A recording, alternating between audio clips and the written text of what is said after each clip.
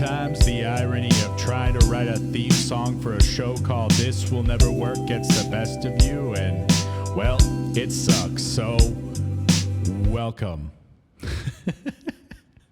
What's going on, guys? Welcome to This Will Never Work. I'm Lincoln, and today my guest is actually another person that I used to work with, this time a lot more closely, but now, seeing as how we don't work together, he's gone off and he's like this fancy musician now, and like he's living that Justin Bieber lifestyle, which is fucking sick, actually. His music is fucking dope, which we're going to talk about. But I'd like to welcome Jimothy Bunk. Can I call you Jimothy? You can call me whatever you want. Jimothy? Just don't call me late for dinner. Jimothy Bunk. It sounds weird. Can I call you Jim? You can. Do you know what that's from? Yeah, The Office. Thank fucking God. I have been planning. I told my friend I was going to do that, and she was like, is he a fan of The Office? Like, will he know? And I was like, I hope so. Oh, I'm familiar. Yeah, I figured you were. Yeah, you're good. What's going on, Jimmy Bunker? Not much. Will you do the thing? Here. Will you do the thing for me? Woo! Yeah, hell yeah. He used to do that when we worked together, and I'd always be like, do the thing. And he'd be like, fuck off. I don't know. Do you don't think I've done the woo in like... No, you haven't done the woo. How many years? No, the last time you did the woo was when I saw you at a Flames game. Oh, that's right. Yeah. You had, like you said a little earlier, you had too many Coca-Colas. Couple Cokes, yeah. Couple Cokes, and I made you do the woo, but you were inebriated. Yes, very. Yeah, it's rare that I'm at the Saddle Dome not inebriated. Yeah, I don't like blame you. It's not a really fun place to be if you're not inebriated. Come on. I know, I got him. Okay. We'll talk about hockey later, because like cool. I always do this where if you're familiar with this show, I mean, granted, we're in the middle of playoff. Well, no, actually, we're not in the middle of playoffs. Right, this is like this is day 3 of the playoffs. So it's kind of what's on my mind. I don't care if it's on anybody else's mind. I'm with you. Yeah. It's also Star Wars Day, May the 4th. Yeah. When we're recording this, they're not going to see this for a couple weeks, so it's going to be like near the end of May, and they're going to be like, motherfucker, the Star Wars Day ended so long ago. Yeah. So we're not going to talk a ton about. Do you like Star Wars? Honestly, no. I don't want to say that here because I know you're. I know you're that's a nerd mecca. Yeah, no, but that's fine. I don't know, man. It was never my thing. Star Trek, any of that stuff. I couldn't do it. I think I got through like 20 minutes of a Star Wars movie, and I was just like, it's just not for me. 20 minutes. That's it. Yeah, dude. Damn. I don't know. I'm very picky with what I watch. It's. What is your, so if Star Wars isn't your thing, what is your thing? Dude, I feel like for movies, I'm just so basic. I just like the fucking like comedies and like just the basic, like, I don't know. So you're like an Anchorman, like Dumb and Dumber kid? Yeah, like those are fine. And like the occasional, those are fine. Yeah, the occasional scary movie. Like I'm a little bit of a baby, but I don't know, man. I don't know. That's not where my brain took me, I guess, as a child. I was never like super drawn to.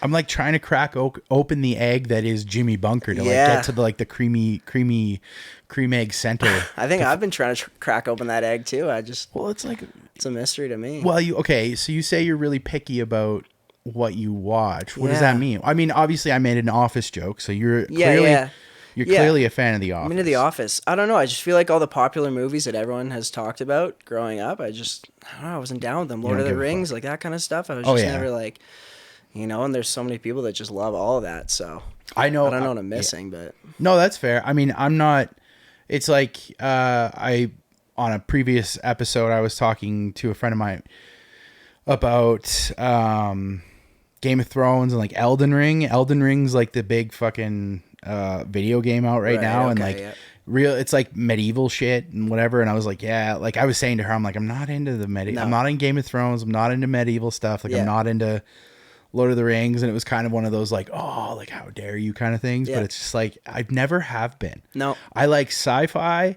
I like modern day stuff. We talked a little bit. Have you ever played like Fallout 4? No, I haven't. Do you play a lot of video games or no? Dude, honestly, I'm mostly like a sports video game guy. Touche. Yeah. So that's me too. Hockey, NHL. Yeah. You chell? Yeah, absolutely. Yeah. I love chell so much. Me too. Yeah, I'll play any sports game, like even if it's a sport I don't watch. I'll play NBA, whatever, like a anything I don't watch, as long as it's sports. Like I'm just down with those games. And like, I don't think NBA is one I've ever actually like. I don't know if I've ever played it. yeah, it's not amazing. No. I've played Madden. Yeah. Like I own a couple of the Madden games. Like Yeah. I bought the new one for the PS5 because I was like, I want to see how rad it looks. Yeah. And it looks Yeah, fucking graphics rad. are nuts. Oh yeah. Yeah. Of course, Chell. I was really happy that they actually optimized Chell for the Series X this year. Yeah, 'cause, yeah, like, okay. It actually looks sick. Yeah. Soccer. That's always been my big one. Like You like FIFA? Yeah, I was born in England and like moved here when I was like 5. So That's funny. You do actually kind of strike me as like an English boy. Yeah. But like Canadian English boy. It's yeah, weird. That's pretty much what I am. And like didn't know I don't that. my family was all about soccer, so I just picked that up when I was a kid. Always been all about it. So FIFA was like, I think I was like sick of FIFA when I was like 7 years old. Like Right. it's just always been my game, and then branched off into Chell and all the other ones. But yeah, I don't Okay. know. FIFA's a big one for me. So you were born in England? Yeah. Okay. So when did you come to Canada then? 99. So I was just before I was like 5 years old. Oh Right shit, before okay. My 5th birthday. So pretty much grew up here, basically. But I had a couple years over there, and a lot of my family's over there. So You don't have like any kind of accent. There's no like no, you know what? I had a little bit of one, and then once you start, like, I mean, I got here and it was like I jumped right into kindergarten or grade 1 or whatever. And Yeah. I think you usually lose it right away then because you're around all the Totally. Canadian kids and you spend most of your day around different accents. and Are you your just lose it parents right from away. there? Yep. Yeah, my whole family. Do they is. Okay, do they have accents? So my dad does pretty big, and then my mom, I think she's got more of a Canadian accent, but she like, I think when she starts talking to other British people, then her accent comes love. out. Yeah, exactly. Yeah, that's fair. I've had times where I've been around her and she's like talking to someone. I'm like, you don't talk like that. Yeah, Like you're making She's that like, up. oh, we going? How you doing, love? Yeah, Where are you yeah. going down to the Yeah, she's a we little going half to and the half. pub. You want to go down to the Rose and Crown of the fucking Dog and Whistle? Yeah. Are you British? That No, was I'm not. convincing. No, I love doing. No, listen, I love doing accents. I Yeah. love it so much. But it's like if I hear someone doing an accent. Yeah. Okay, for example, not yesterday, the day before, I went to the Unicorn on Yep. Stephen Ave, and our bartender was Irish. Okay. At least I am 99% sure he was Irish. If he wasn't Irish, then I don't know what fucking accents are then. No, this guy was Irish. He was also wearing an Oilers jersey, which was fucking dope. So Yeah. I came in the door, I saw him, I was like, nice fucking jersey. And he was like, g'day, mate. That was good. Yeah. Thank you. And so I just go find a table, and like, I'm not one to actually like try to make friends with people. Yeah. Like I'm more scared of people than they are of me. Yeah, yeah. And I've said that on previous episodes. It's still the truth. But this dude, I was like, no, this dude's going to be my new best friend. Yeah. So I was with my friend Kyle, and we were talking about some stuff. But with the bartender, I was like, no, you're going to be my new best friend. As soon as I heard his accent, I was like, oh my God. The wheels in my head are like, don't even try, because I can't do an Irish accent. I can do a British accent fairly well. I had a British friend when I was in a band, like back in like 2009. Yeah. I would like do my British accent, and she would be like, I don't know if she was pumping my tires but she told me then, she was like, you do one of the best British impressions I've ever heard. Really? And I was like, that's tight. Yeah. That makes me happy. Yeah. But yeah, I just like, I have to like stop myself from actually like slipping into hello. On the exact same, yeah. Especially with Australians, I think it's just the funniest accent. Oh, or no, or Yeah, like, yeah. R&R, yeah. R&R. I used to watch those like border security shows, whatever they were in Australia, and I would just pick up things from there, and that's how I'd get my fake Australian voice. Honestly, like it's the best way to do it. Oh, and both my wife and I all the time, she'll, if it's no longer in the household now, it's not oh no, it's oh or no or R&R, yeah. R&R all the time. And Yeah. like she'll type it out to me where she's like OHER, you know, like Yeah, the yeah, of full, course. and I'm like, Yeah. that's fucking Yeah. awesome. But yeah, like if you wanna pretend to have like an Australian, it's like those like memes or whatever, and they're like, say this phonetically, and then you'll sound like you're Australian, Yeah. where it's just like or nor Yeah. blah blah blah, and like Put an R in like Yeah. every word. yeah, Yeah. it's amazing. Yeah. Have you ever been to Australia? Haven't. That's No? like probably number one on my bucket list. Really? Love to go there. Yeah, there or Greece, or like not bucket list, but like travel list. Like Yeah. those are the two places I really, really want to go. Why? So why Australia so bad? I know why I don't want to go there and why I do. Like I have my pros and cons. Yeah, but I've definitely got some reasons why I don't, like all the bugs and the I was spiders. just gonna and say. I don't want anything to do with that. But Yep. I don't know what it is. I've just always wanted to go there. I think it's maybe the appeal of being so far away, and that it's like, I don't know, it's maybe not a place that most people get to go to. That's maybe in the back of my mind when I say that I really want to go there, but I don't know what it is. I've just always wanted to go. I feel like that what you just said, the Yeah. like being so far away part Yeah. is like what prevents me from going, because I'm Yeah. like, it's a little too far from home. Yeah, And that's I, fair. I like home base. I like, I think it's a comfort thing where I'm like, oh yeah, like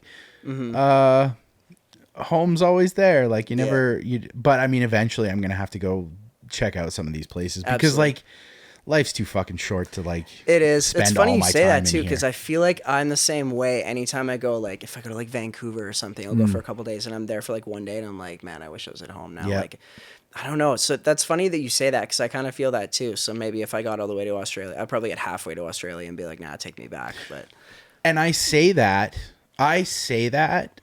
while also like, I've been to New York 3 times. Yeah. I consider New York like a second home. Yeah? I fucking love New York so much.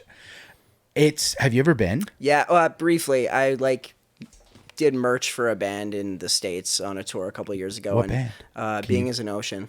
Oh shit, really? Yeah. That's Yeah, cool. Good friends of mine. So yeah, I flew out into New York. The show was Okay. in Manhattan, and then we went to like, I don't know, like Philadelphia the next day or something. So I was there for like maybe 10 hours. Van tour? Yeah. Oh, sick. Not fun. No. No. Holy fuck. Not fun. No. Oh Yeah. my. Oh, dude. Actually, that's so sick. I bet you. I've only been on tour once, but I have tour stories. Yeah. Not like bad tour stories, but I'm sure you have like lots of tour stories. Yeah. Which I would love. Some of them I would love to hear. Yeah. I don't know. I'll give it a think on what. Yeah, what that's my good fair. We'll ones go. are. Well, I want to stick with New York for a second. Where did they play I was. in Manhattan? I don't remember the name of the place. And It who? was- Sorry, who? What other? It was Being as an Ocean. Who else was on Yeah, that tour? this one was with Counterparts. Was the headliner. Fuck Yeah, off! super Are you dope. fucking kidding Yeah. me? Yeah. That was so much fun. God! Yeah. So you got to hang out with all those guys? Yeah. Oh, Super I dope bet. guys too. I bet they're Yeah. fucking dude. Their music is so good. Unreal. Yeah. I've never met them, but I don't know that I've ever seen them live. Yeah, I've okay. seen like live videos, Yeah. and I know that they've been here Yeah. before. Mm-hmm. But it's like this is why I'm wearing my Every Time I Yeah. Die jersey. I never saw Every Time I Die live. Really? Yep. Never. Damn. And it's hilarious, and it's actually like because I bought this. It's the Violent Gentleman. Right. Did the season one from this year from this Christmas. From when everything went down. I bought it before Okay, everything, like they put it out before everything went down. We didn't know everything that was going down at the time until like early or January or whatever, when everything kind of exploded, because they had already played the show. Yeah. But I was like, you know what? Because they've released a couple jerseys, like limited edition jerseys or whatever. I'm gonna fucking buy the Every Time I Die jersey this year, and I'm gonna wear it to the show the first time I ever get to see them, because I was like, they love Calgary. They're gonna come back to Calgary like as soon as they fucking can. Yeah. Bought it. Everything fucking goes down with like the breakup, all the shit, like the Keith like airing dirty laundry, Jordan and the boys like airing Drama. all the Yeah. drama, and it was just like I think like the next day this came in the mail, and I was like, Just a dagger. dude, I opened the package, and I left it in the plastic bag. I didn't even open it. Yeah. Because I was like, cool, collector's item now, I Yeah, guess. yeah, And I just yeah. like let it, I like put it on my dresser, and I just left it there for like weeks, because I was like, I couldn't even like, I didn't even want to look at it, because Yeah. I was like, man, like that was one of those moments where it actually hit me that I was like, wow, things that felt important at the time. So this is why it became a running joke, is because every single time, it happened with two of my favorite bands, Every Time I Die and The Offspring. Every single time The Offspring came to town, I was either out of town or I was working, or like something was going on where I could not attend the show. Yeah. Every Time I Die was the same thing. No. Literally the same thing. And I've now started living my life a little bit more just like, live those experiences, because like work's always going to fucking be there. Yeah, absolutely. Unfortunately, the work that we did kind of didn't really allow that, because it was more like we didn't work a job we could work from home is essentially what it was. Yeah. Now we do it, and so it's like, no, like I can put things off for some of these experiences, and then it's like it gets taken away from you, and you're like, oh fuck, like I fucked that up. Yeah. For like basically my entire, I don't know if they're ever gonna like reconcile and get back together. It's the way it looks right now, there's no fucking way. Yeah, but it seems that way. You never know, like if like 10 years down the road, like It's true. Keith kind of pulls his head out of his ass, and Yeah. because I don't know, like, did you read both sides of like what was going on, and like, do you have an opinion? Not really. Like, I did read it, but like I feel like all the band drama, I just don't care enough. Like, I feel like I used to care about it a lot more, and like it sucks when it's a band I really like, but it's just like if people are like airing out drama like that, both sides, like I'm sure both sides are gonna like taint what they're saying in their favor and leave some things out, and it's just like if you're making it public, I don't have time for it. I don't know. I think it's just, it sucks for the fans of the band, especially for like your band to end that way and to put all that out there like that. I just think it was shitty. I don't know. It was super shitty. Yeah. Not only that, their fucking, that album that they put out like like last year, is so fucking good. Yep. That's their best album. Yep. By far. Like, it's just like not like I don't think them as a band have ever faltered. No, I agree. I don't think the only other band that I can think of off the top of my head that never once faltered and went out on top was the Chariot. Yep. Absolutely. They didn't put out a single bad record. Yep. And they ended it because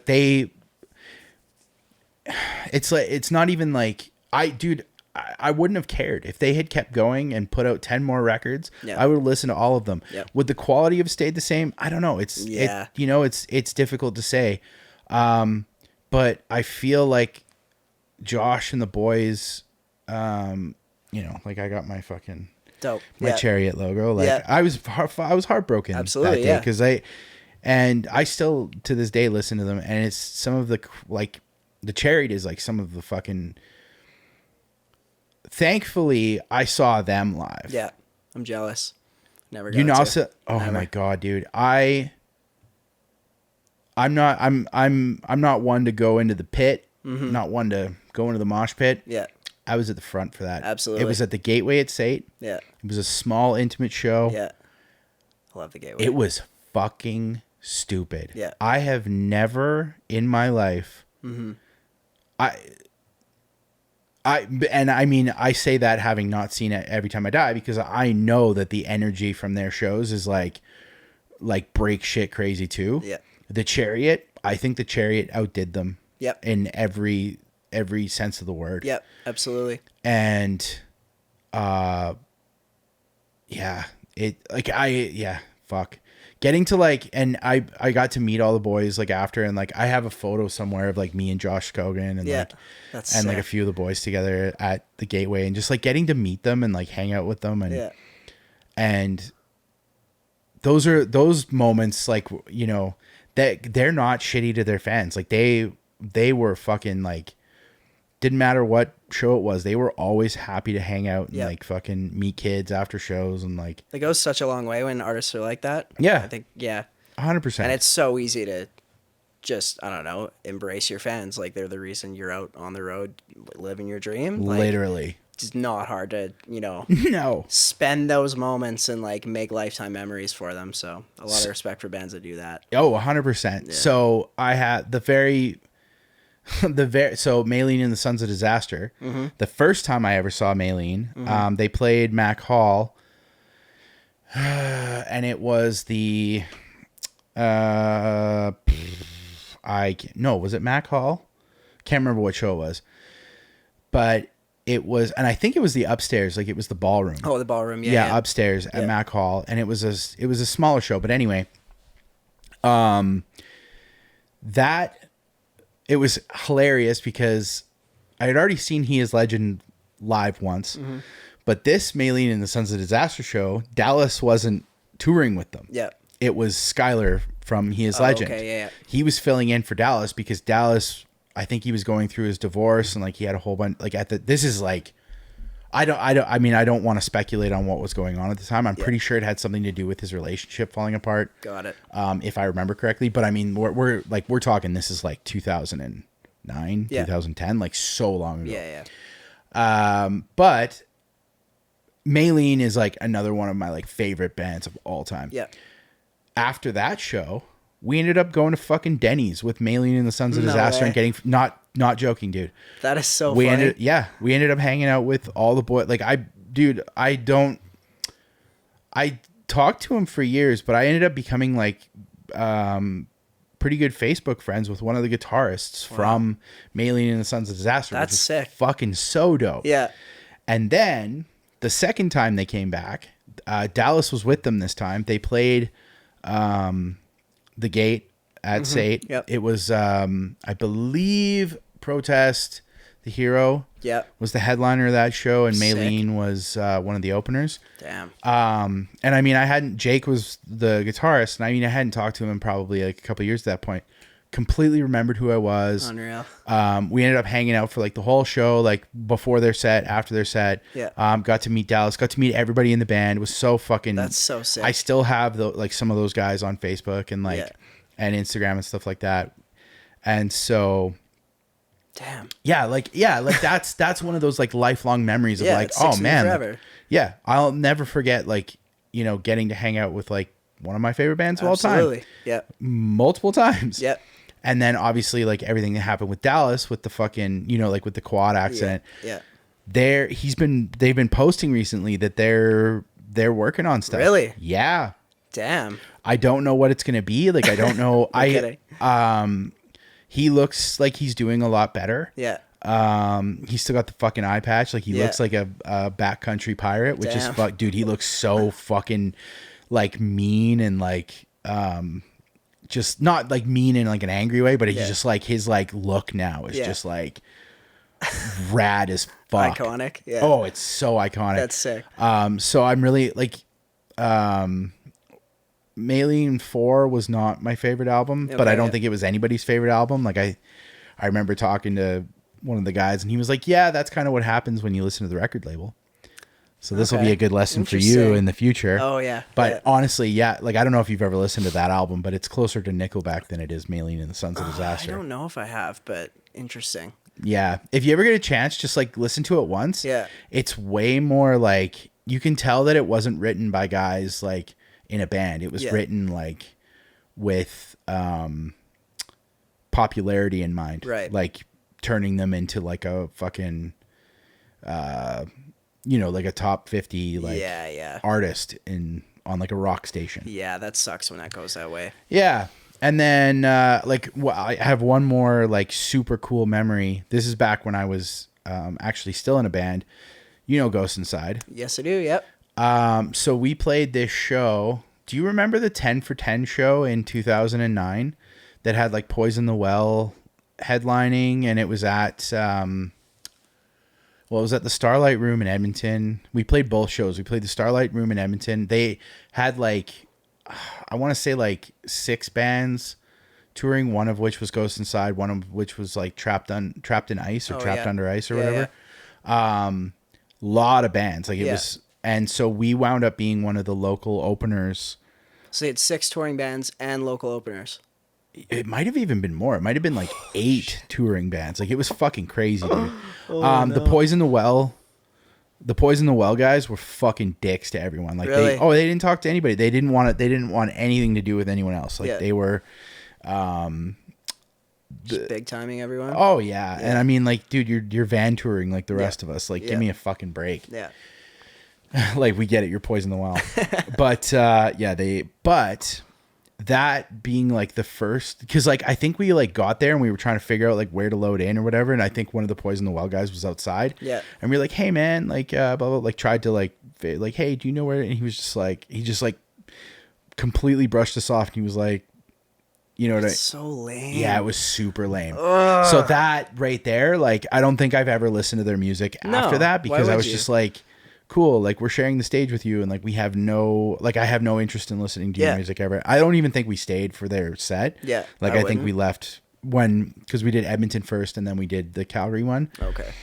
And yeah, we just like, we had no interest in sticking around. Yeah, so I don't like, blame you. Fuck you guys. That's so lame. But at the Calgary show, and it was the Underground, I think. Oh yeah. Remember the Underground? Yeah. Okay, so the It's Underground. like where Commonwealth is now? Yes, I think so. Yeah.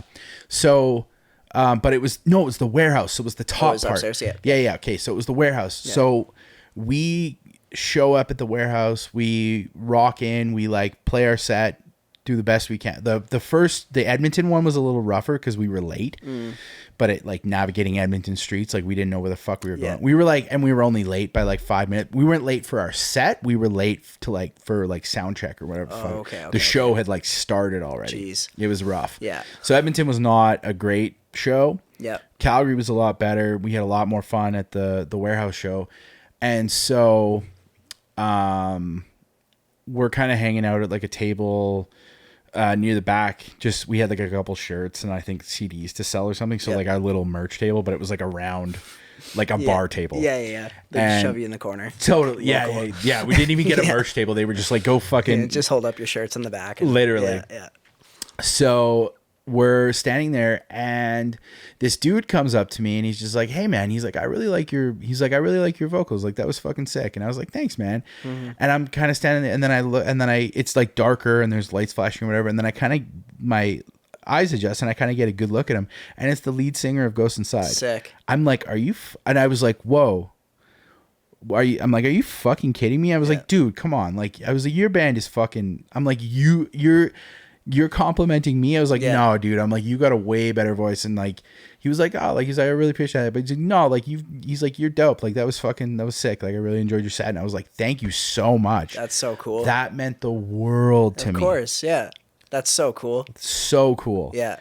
And like, again, that's another one that just like will stick with me for the rest of my life. Yeah. I met those guys too, and they're super nice guys. Yeah. Like, exactly what you're saying. Yes. I think I was at like a Denny's after a show, and they ended up there, and some of the people I was with knew them, and we ended up going on their bus, chilling for a bit. Like, I'm not surprised by that guys. because their drummer is like dating a girl from Calgary and has been for a long time. Yeah, I'm so sure it's one of the people that was like with the group that we were with then. He's I see on his name's Andrew.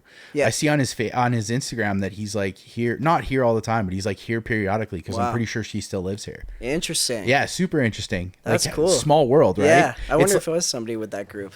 That's weird. It would be very possible. Yeah, that would make sense. How weird would that be if like you just happen to be at like the first time they ever met or something? Yeah. No, that's cool. And you're just like yeah, I met them once. Yeah. And it's like it happens to be that time. Yeah. That would be so wild. That's so funny.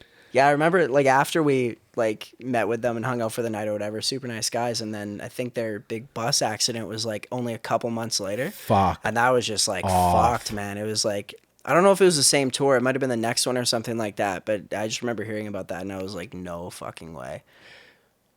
I would go as far to say that is up there as one of the most heartbreaking, like stories out of like the metal scene. Absolutely, yeah. That sucked. Like, I cannot imagine. No. Cannot imagine at all. And I mean, none of the guys in the band died. No. I know just that the drivers, right? I think, as far as I know, the drivers both passed away. Mm-hmm. I believe somebody on their like management team or like somebody that was like a part of their team. Yeah. Believe somebody died. Yeah. Andrew lost his leg. Like the Right, drummer lost yeah. the leg. Yeah. And like, dude, what a fucking road Insane. to like recovery. Yeah. And just the fact that like basically when it happened, like doctors were telling like the lead singer, I can't remember, I cannot, I should fucking know these names off the top of my head, but it's just like I'm getting older, so like names start to escape me. I can't even fucking remember certain like celebrity names. Yeah. I hate it. But I think it starts with a J. Anyway. Jim, but I think that guy was the bass player. I remember because he always wore a Manchester United shirt Yes. on stage, and that's my team. So I think they were telling him at one point like he'll never walk again, or like they were telling one of them like you're never gonna walk again, let alone like play music ever again.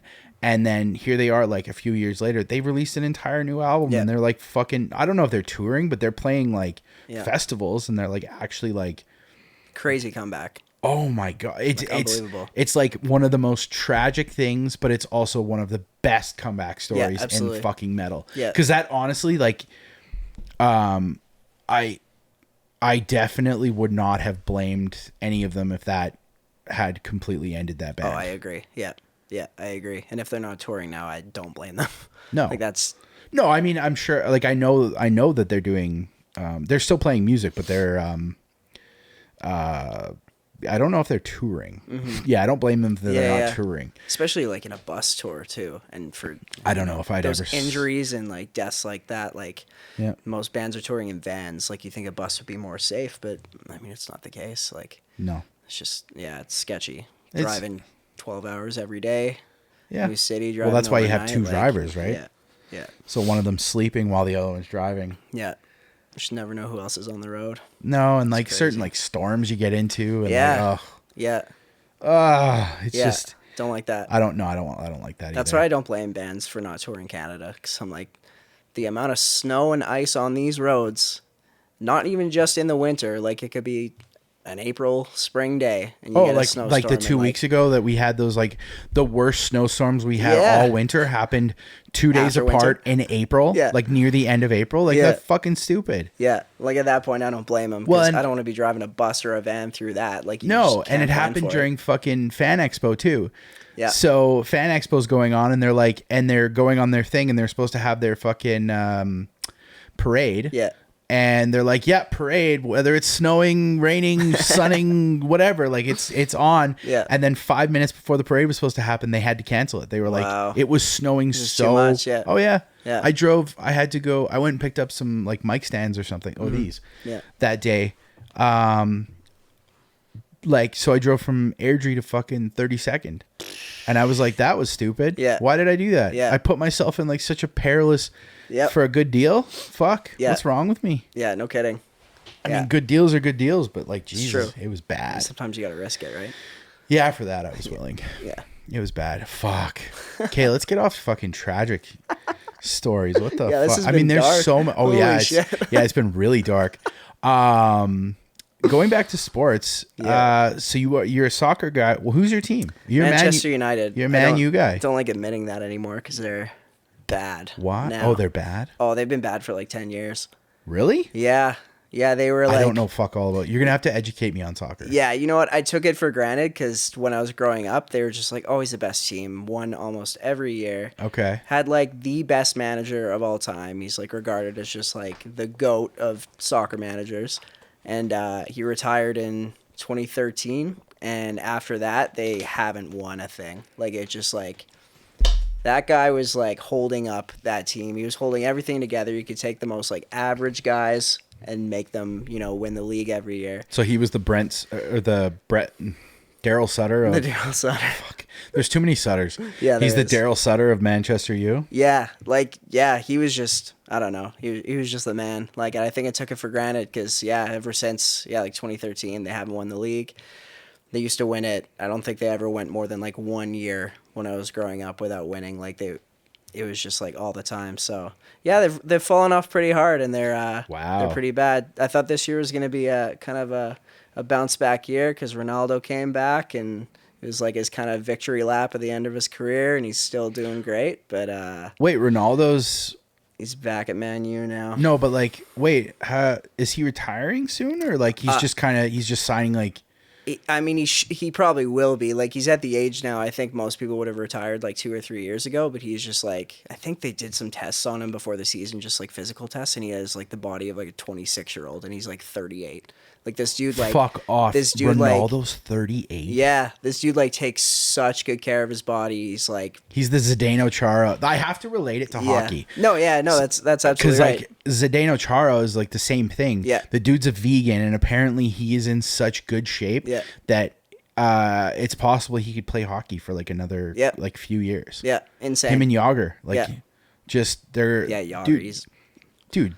Chara's never going to leave the league. Dude, no. Yeah, I don't think so either. I think he's looked pretty bad this year, though. I don't know. I'm sure a team will take a flyer on him, but he's with the Islanders, right? Yeah. Yeah, I mean, but they were just bad as a whole, so it could have just been. Well, they didn't even make the playoffs this year, which is crazy because they've actually been. Yeah. That sucks because they not like. I mean, fuck the Islanders, but like, no, you're right. They actually were pretty bad this year. Oh my God, we're gonna start talking about hockey. No, fuck. Okay. No, I know. Okay. The Islanders, they've actually been pretty good for the last few years. Yeah. They actually like made the playoffs. Yeah. And they're like conference finals the last 2 years. Yeah, when they had fucking Eberle and shit, and then they lost Eberle to the Kraken, and like they did fuck all, which we knew that was gonna happen. Yeah.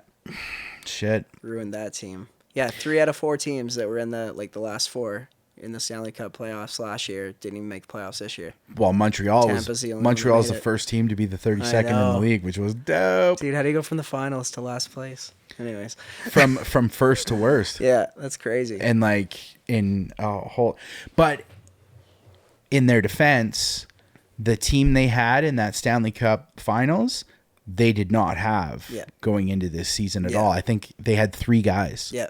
Suzuki, they had I think it was 3 guys remaining on that entire team that went into this season. Everybody else was like new. Yeah. And so like Price and Weber, the backbone of that team, and then they're not playing this year. Like, oh yeah, and Price. Surprised. Yeah, I think Price didn't he play a total of like 5 games or something? He didn't play. Yeah, because he was in rehab for. Yeah.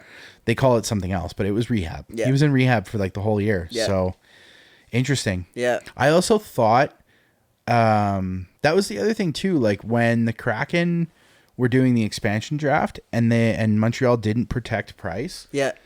I think most of us were like, oh shit, I guess Price is going to go to the Kraken. And then it didn't happen. Yeah. And it was like, wait, what the fuck happened there? I have no idea what their strategy was. I mean, like Tarasenko was unprotected in the Blues. And they didn't take Tarasenko. Didn't take him. They're, but it's like, it must have been a like budget thing. Yeah. Ultimately, that's what it came down to. And I think because there's no way they didn't have, and I've said this before, there's no way that they didn't have a conversation with Carey Price. Yep. So I feel like Carey Price was like, well, I'm going to rehab. I don't think you want to take me because if you take me, I'm not going to play. Like I'm entering the program. Yeah. And so I feel like that's what happened. Yeah, that would make sense. And I feel like that's why Seattle didn't take him. If he hadn't been, about to do that, I feel like he would have gone to Seattle. Yeah, I could see it. If Montreal didn't. And I feel like that's why Montreal didn't protect him. Yeah. Because he was like, don't protect me. Yeah. I'll tell him to fuck off. Yeah. We're going to be okay. Yeah, absolutely. So, yeah. Let's talk about because you and I talked a little bit about, because obviously the name of this show is This Will Never Work, and that I had said in the previous video kind of comes from a place of like just self-doubt and like, man, I've dealt with self-doubt my whole fucking life where I'm just like, you know what, why am I worthy of doing this? And like, I'm not charismatic enough. I don't know what the fuck I'm doing. That kind of shit. And I'm finally just like, this is kind of my way of working through that and just being like, no, I can do a podcast. I can talk to people. Yeah. And so you had said to me that really resonated with you. Yeah. In a big way. So speak to that a little bit. Tell me what you mean. Yeah, I mean, I feel like I'm the same thing. I always kind of self-doubt myself, and I've always been that way. And I feel like I've always felt like I'm just not good, like particularly good at one thing or good enough at one thing. And yeah, I feel like that's crippled me for forever. So when I heard you say that, that kind of resonated with me, and I loved that was the name of the show, because I feel that entirely. But yeah, I don't know. That's it was good timing, because the song I put out last week was kind of based off that. I always turn to music to, pull me out of things like that, or if, I'm going through something, I'll turn to other people's music, and I decided it was time for me to kind of get vulnerable with myself and make a song, I guess for myself, but for other people that feel that too, where I just kind of talk about how, the feeling of not feeling like you're good enough, or doubting that you're doing the right thing, or that, yeah, if you're good enough at what you're doing, and or just even have worth as a person. And yeah, I wanted to write a song that was kind of like a place to go when I feel like that, to listen to the words and really believe them. And it's the way I worded it was just kind of like a love letter to myself. I don't know.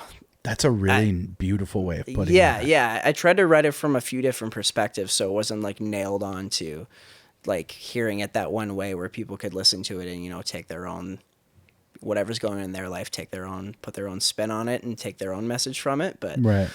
Yeah, I think that was what I was really going for, was just like a letter to myself, like a rainy day letter, I guess, when you're down and you need that pick me up or that reminder. So yeah, it's scary to write songs like that and be vulnerable, and I've really wanted to do that, because I know that's what I connect with in other people's music. And I liked the songs I made before, but a lot of times I'll be just making a song that's fun, or that I can dance to, or that other people can dance to, or whatever. But I really wanted to challenge myself to be more authentic and like put my feelings out there, which is scary As yeah, don't like that. No, we don't like putting our feelings. No, we don't. Out in the hand, because we feel like we're gonna be judged. Yep. That's fucking beautiful. Yeah. And like, the new song, dude. The new song's so good, and it's kind of funny that you say that you challenged yourself to do that, because as soon as I turned it on, it's like it immediately when it starts, I was like, oh shit, this is a departure for you, and not in a bad way, in a very good way, where it's like, oh shit, it's like a ballad, like a slow ballad. Cause some of your previous stuff's a little more dancey and like just like feel good stuff. Yes. Yeah. And, yeah, fuck it. Like the emotion is there, and it fucking, everything that you just said is like, that comes through so beautifully. Thank you. Yeah, it is. I know that you wrote, and it's funny because when I listened to it, the love letter aspect of it, I felt that too. Yeah. Like I felt like listening to it, it was a fucking love letter to me. Cool. That not necessarily that I was writing to myself, but that like you were kind of writing as you're writing it to yourself, but it's like as a fan listening, I'm like, oh fuck yeah, like you wrote, you can take that, and and I'm like, oh yeah, fuck yeah, he wrote this for me, and and everything. And that's what I was kind of going for, because it's hard to adjust your perspective, I guess, while you're writing, and not make it like, you want to make it about your life, but you don't want to make it too much about your life, because then people are going to be able to relate. So I tried to make it so that other people could, relate it to whatever they're going through and take their own message, like you just said. So, yeah, it's honestly my favorite song I've ever written. Like when I finished it, I was like, wow, it was and sometimes artists say that, where they're like, this is, and it's like, just for publicity or whatever. Yeah, yeah. But no, this one actually. No, I believe that. I believe that. Yeah. And it's, fuck, man. Dude, you're so fucking talented. Like, where did that come from? Because I've known you for a long time, and it's like, not that I would have ever like been like, oh, Jimmy doesn't have like, musical talent or whatever. Yeah. Like, it's just not. Yeah. It's crazy the amount of like hidden talent some people have. Yeah.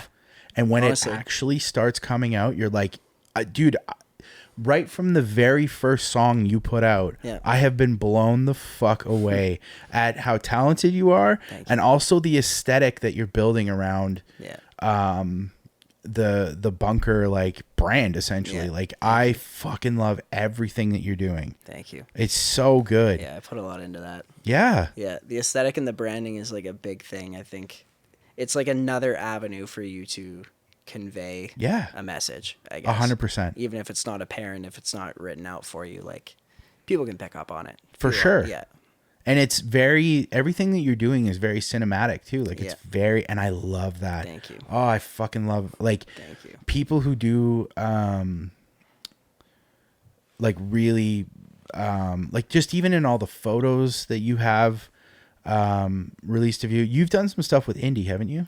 Yeah, so yeah, that one was kind of a bummer because Indy and I had like a really, really cool music video idea for this song that we just did, and we started working on it, and I just like fell into such a like slump for a long time. It was like a few months of just like down in the dumps. So we like kind of started it. We built out the storyline, did some test shots, and then I just crashed, and it was just like I just wasn't into it anymore, and like, which sucks because I love this song and I wish, I pushed through it and got something done, and maybe I will eventually, but I just couldn't do it. Like I just like this song that just came out. Yeah. And the doubt, like the self-doubt or whatever creeps back in, and then you just like, I don't know, it's you overthink it. Yeah, exactly. And I just like, I feel like I kind of lost the passion again for a bit. And I just like, when we were, planning things and getting ready to shoot, I just felt like I wasn't in it as much as I should be, which really, really sucks. Cause like Indy put a lot of work into like the storyline with me, and like we had some really cool ideas, and then it just couldn't do it, which sucks. Yeah. I mean, but sucks. It does. And for everyone listening, Indy is a buddy of ours actually. He's helped me on some music video stuff that I've done in the past, and I've helped. You know what? It's so funny because when I was working downtown, there was a point where he kind of goes through the same thing too, where he gets like super like enthused about stuff. And I mean, we all go through this where we get super enthused about something, and then we go and we kind of hide out for a few months and we don't talk to anybody. And so that like periodically, like him and I will talk, and it's like, yeah, man, we got to meet up. Like, let's go for a drink, let's go for coffee or whatever. Like, we got to meet up. Cause like I constantly have ideas that I want to talk to him about. And I know that he has, like, he's sent me, some Widmore. He sent me Widmore stuff. And like, we don't have to get into all, cause we don't have to get into any of that. Cause like, that's for those of you that know, what happened there. It's a fucking shit show. Anyway, he sent me some like Widmore music video stuff that he had been working on, and like, and I mean, this is like, it was like shot, and it was like in the middle of the edit. Like it was not final edit yet. I did end up seeing the final edit of that video, and the video was so fucking good, dude. It was, the purpose of it was they were sending it to the fucking record label because they had just gotten signed. And, so it was all just like to build hype and like, start securing some more money to like do more videos and make more music and like all that shit. And obviously that I know for I gotta get, I've told Indy that I'm going to get him in this chair. And this is like months and months and months ago. So I am going to have him come in and do an episode, because I do want to talk to him about a lot of that stuff. Because I know he was directly involved. Oh yeah. Yeah. We had some long talks about that. Yeah. And I haven't talked to him about it at all. Because I kind of want to save it for this. Absolutely. And then I want to record it. If he doesn't want to release it, it's fine. Whatever. But I know that he was affected by it really, really bad. Big time. So yeah, man, stuff like that happens all the time though. Where it's like projects, you do a whole bunch of pre-pro and you're like getting ready to go, and then it just kind of like, sometimes it just falls apart. And that's life. Like the amount of stuff like Hollywood hasn't produced is would probably like shock us to our core. Yeah, absolutely. Like it would be scary to find out like some of the shit that like was probably really good that didn't get fucked, and then you see some of the stuff that does get produced and you're like, So So much for missing I out don't, on. yeah, I don't blame you for, because you probably needed a break. Like Yeah. you probably needed like a mental health, because I needed that. I took the last 2 months to just kind of give myself some time to like readjust, and like I had to find my identity again. Yeah, I had to find that's out big. who I was doing this. Yeah. Like I had to, because it needed to be authentically me sitting here talking to you, not me talking to you and trying to appease a somewhat bigger entity. Right. So Yeah. sometimes we just need a mental health break, and Yeah. to get the creativity back. It's true. Yeah. It was it's true. It was a tough lesson to learn, but I mean, yeah, I had to do it because oh man, yeah, it wasn't good. I didn't even like write a song for months. I just like I couldn't think of anything, and it was just like, yeah, I don't know. And a lot of it's just a product of my own thoughts and just you know, We are our doubting own myself. worst enemy sometimes. Yep. Yep. And it's real. It's not helpful to, I don't know. It just like when you're in a place like that where you're just like, you're overthinking yourself, you're like hypercritical of everything you're doing. How do you pull yourself out of that? Like, you know what I mean? It's just like, Yeah. it's super fucking difficult. It is. Yep. But I'm really glad that you. So like, okay, so because this came out last week? Last week, yeah. This song, okay. So what do you have in the pipeline then? Like, do you have stuff lined up, or is it just kind of like you release this song and then you're kind of like, like you got to figure out like what the next move is? Yeah, it's more of the next move, to be honest with you. I like probably a week before the song came out, I was like, this is probably going to be the last song I put out for a long time. Okay. And I don't know if that's still the case or not, because I feel like the way the song was received and everything really like gave me a Dude, you got boost. 100,000 fucking streams like immediately. It gave me a big boost, and just like, Well, it's that I don't know. gratification. Yeah, exactly. And I think I've had a couple songs I've put out before where I put something out and I think it's good, and then I don't really get as much of a reception I thought it would, and that's kind of what the dagger is. So then, Oh my god. yeah. Dude, you're preaching to the choir. I know. I have. Oh my god, the amount of things that I've put hours into. You're so stoked and about it falls on its face, and you're just like, Yeah. it's just crickets, and you're like, cool. Is anyone listening? Yeah. Absolutely. Yeah. Yeah. So yeah, I don't know. I think we'll definitely. I think I need to just like start writing again and get back into that and just see where it goes, because I'm definitely in a different mindset now than I was in a couple weeks ago, because I definitely thought this would be it for a long time. But yeah, I don't know. It's one of those things where I just need to like, I guess, hang on to that feeling and like remember that when I don't believe myself, or when I'm feeling like I'm not doing as good as I should be or whatever. Dude, message me. I'll fucking tire pump you all day. I will tire pump you all day. Do you know what the thing is though? Is I'm really bad at like not believing people when they compliment. Yeah. And like I think a lot of people can relate to that. It's like you think they're lying. Yeah, exactly. And I think like the battle is like within me, and it's like something I need to deal with. Yep. Which is.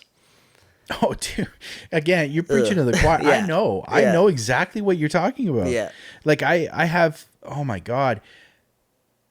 I've had people my whole life tell me like, oh, you're so talented and like you can do all these things, blah, blah, blah. And I'm just like, you're fucking lying to me. Yeah. You don't know what you're talking Yeah. about. What the fuck are you, like, you don't know. Do you know what it is too? I remember going to like local shows where there's bands that are like obviously like they're just like, you know, they don't practice or whatever. They're not great. They're just like local bands that like aren't very good. Mm-hmm. And like, I don't know. I'm always just worried that like I'm being like delusional when I'm putting myself out there and thinking that like I actually have a real shot at making it, or people actually like it, and that like I am, you know, that local band that's like not rehearsed well enough, or like not presenting themselves well, but then like, you know what I mean? Like, it's like, how do you like believe in yourself? And then when people are like, you know, like I used to play in a really shitty fucking post-hardcore band or whatever, and we definitely had sets that were awful. And then, you know, people come up to you and they're like, that was such a good set, man. And I'm like, you know, and then now when you're getting compliments, it's like, is this, you know what I mean? It's just like it's hard to know where you stand or like where people are actually seeing you. And that's the other part of it that sucks is, you know, it's critical to not care what people think so that you can, you know, be authentically you and like push out your best stuff. But then like, you know, in the music world, like you have to care what people think. Like that's to a certain degree. Yeah. Yeah. But what people think is like what generates your success, really. Yeah. So it's like, where's that balance, right? Yeah. Do you do TikTok? Okay. So yeah. Okay. But I've had a few TikToks like get really big, go viral or whatever, and it's just like stupid shit. It's nothing ever about my music. No, and of then course. I've put out Same. TikToks, and I just like I can't think of enough ideas. Like from what I've read or whatever, it's like you gotta post one TikTok every day, and like then the algorithm will catch on. Oh, dude, Gary Vee was saying you got to post like 5 a day. Yeah, and I was it's like, I that's can't too think of, like, much. even for this song, I'm like, okay, I gotta go hard on TikTok, and I like posted I think 2, and I'm like, okay, I'm out of ideas. Like what Yeah, but it's not even like, okay, I think the thing with TikTok is what my wife keeps fucking telling me is like, she's like, you need to be doing trends. Yeah. You need to just like literally whatever is trending. Yeah. You just need to, need to copy it. Yeah.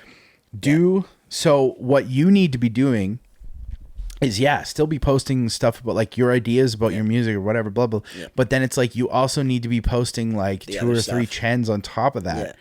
Right. And that's what I need to be doing too. And it's I mean, It's exhausting. Oh, it's fucking obnoxious. And Yeah. it is so exhausting because I forget to do it all the time. Mm-hmm. Like, I think it's been like, she told me, she was like, you got to post something for May the 4th. Cause like, like I have a very nerdy room and obviously I like Star Wars. I literally, my Instagram account was live all day. I had the Star Wars movies on, you saw it. Yeah. On the VHS.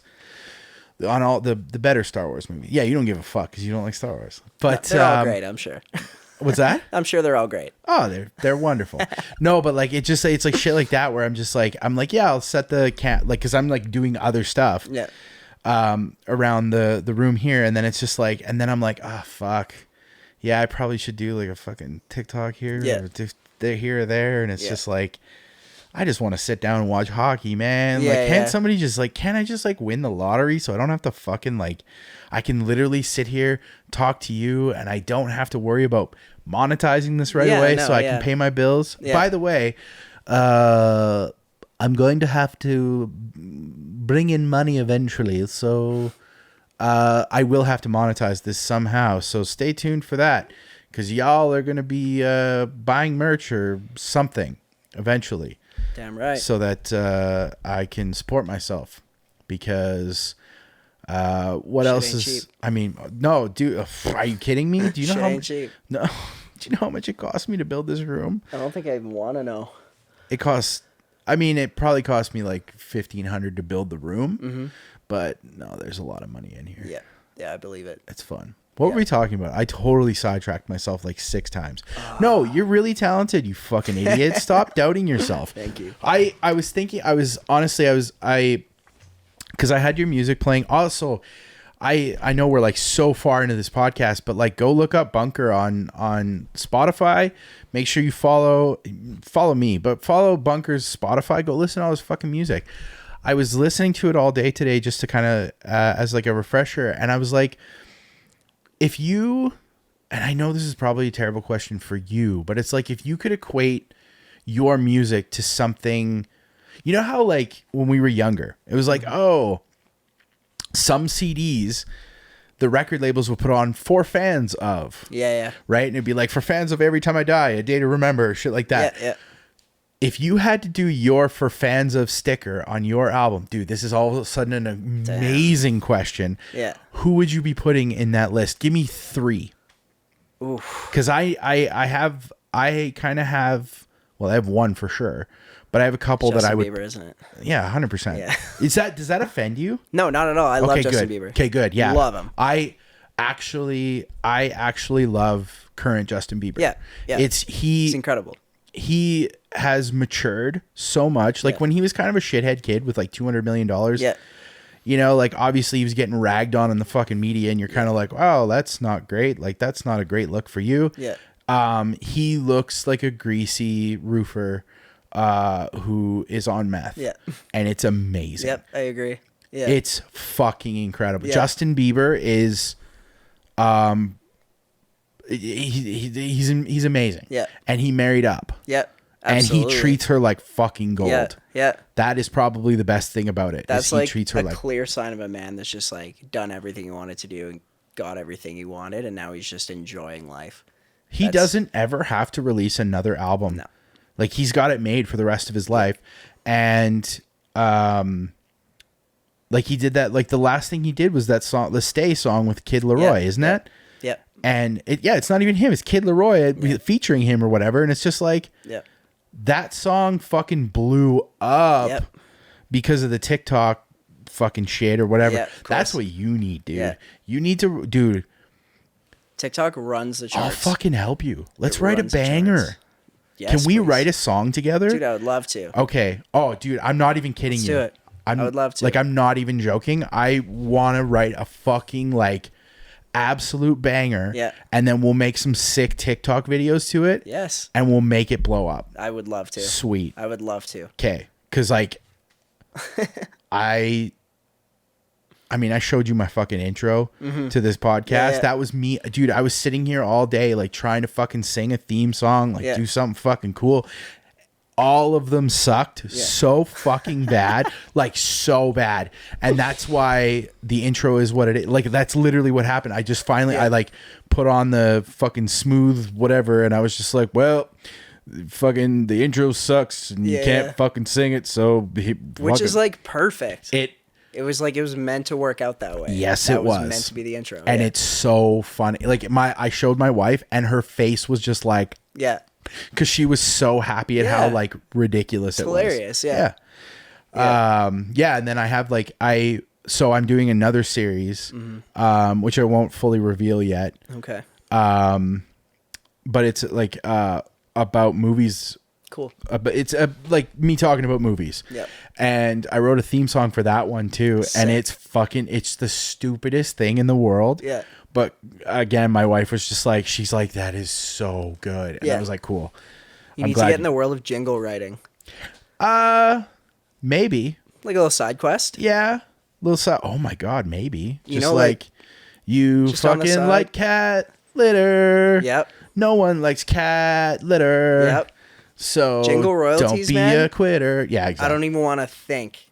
You know, like the iconic little jingles that have been on TV for, I don't know, 30, 40 years? Like royalties on that? 800-588-2300 Empire. We Empire. probably owe them money now. Yeah, we probably I do. probably owe them Yeah. money. You don't. Yikes. Yeah, yikes is fucking YouTube right. strike number one. Oh shit. No, but like, dude, genuinely, let's write a fucking So banger down. of a So song down. and let's fucking blow TikTok, because honestly, that's how you do it. Yep. You just write, and like, that's what. Do you like Dylan Francis? Yeah. Like not I- top of my list, but His music's like like I do like a lot of his music. Yeah. But it's his personality. Yeah, That's fair. what I'm there for. Fair, Is his yeah. fucking, because he's hilarious. Yeah. He does not give a fuck. yeah. If there was one person that if I wanted to be like, aspire to be like any artist, it would be Dylan Francis. Okay. Because he just does not give a fuck. Yeah. Okay. Interesting. Yeah, TikTok just runs the charts, man. Like It does. It's you got to be big on there to make it. Yep. That's You really, nowadays you do. Yeah. I mean, they created, what is Bella Porch? Yeah, it's crazy. Like the amount of like even some of the artists that were like big on the charts last year, like Roddy Ricch had a number one. I don't even know who the fuck that is. Exactly. And like I don't think he's had a song out since, but it was just the biggest Who is song on Roddy TikTok. Ricch? Is it a TikTok Some guy? rapper. Yeah, but Oh. he just had one song that was like the hottest trend on TikTok. It was like the dance trend at the time was his Oh song. my God. It was number one song in the world. Oh my God. Who Okay. is that? Like I need to, well, Roddy Rich. yeah. And I mean, we'll probably, it's got to be this one. It's the box. Yeah. Oh, Is it playing over there? yeah, it's playing on my computer. Hold on a sec. Here we go. This was the I don't number want. one. I don't want want to play a whole bunch of it, but Yeah.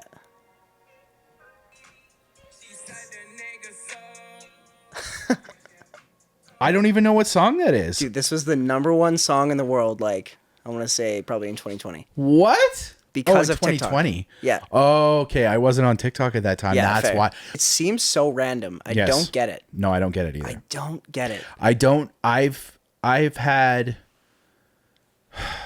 I had one video that I made about that show Euphoria. Yeah. Thankfully, it was so timely and it was so perfect. Yeah. That one's got 70,000 views, which Damn. is dope. Yeah. I made another one that was a trend. That blew up and got like 50,000 views. I was like, okay, all right.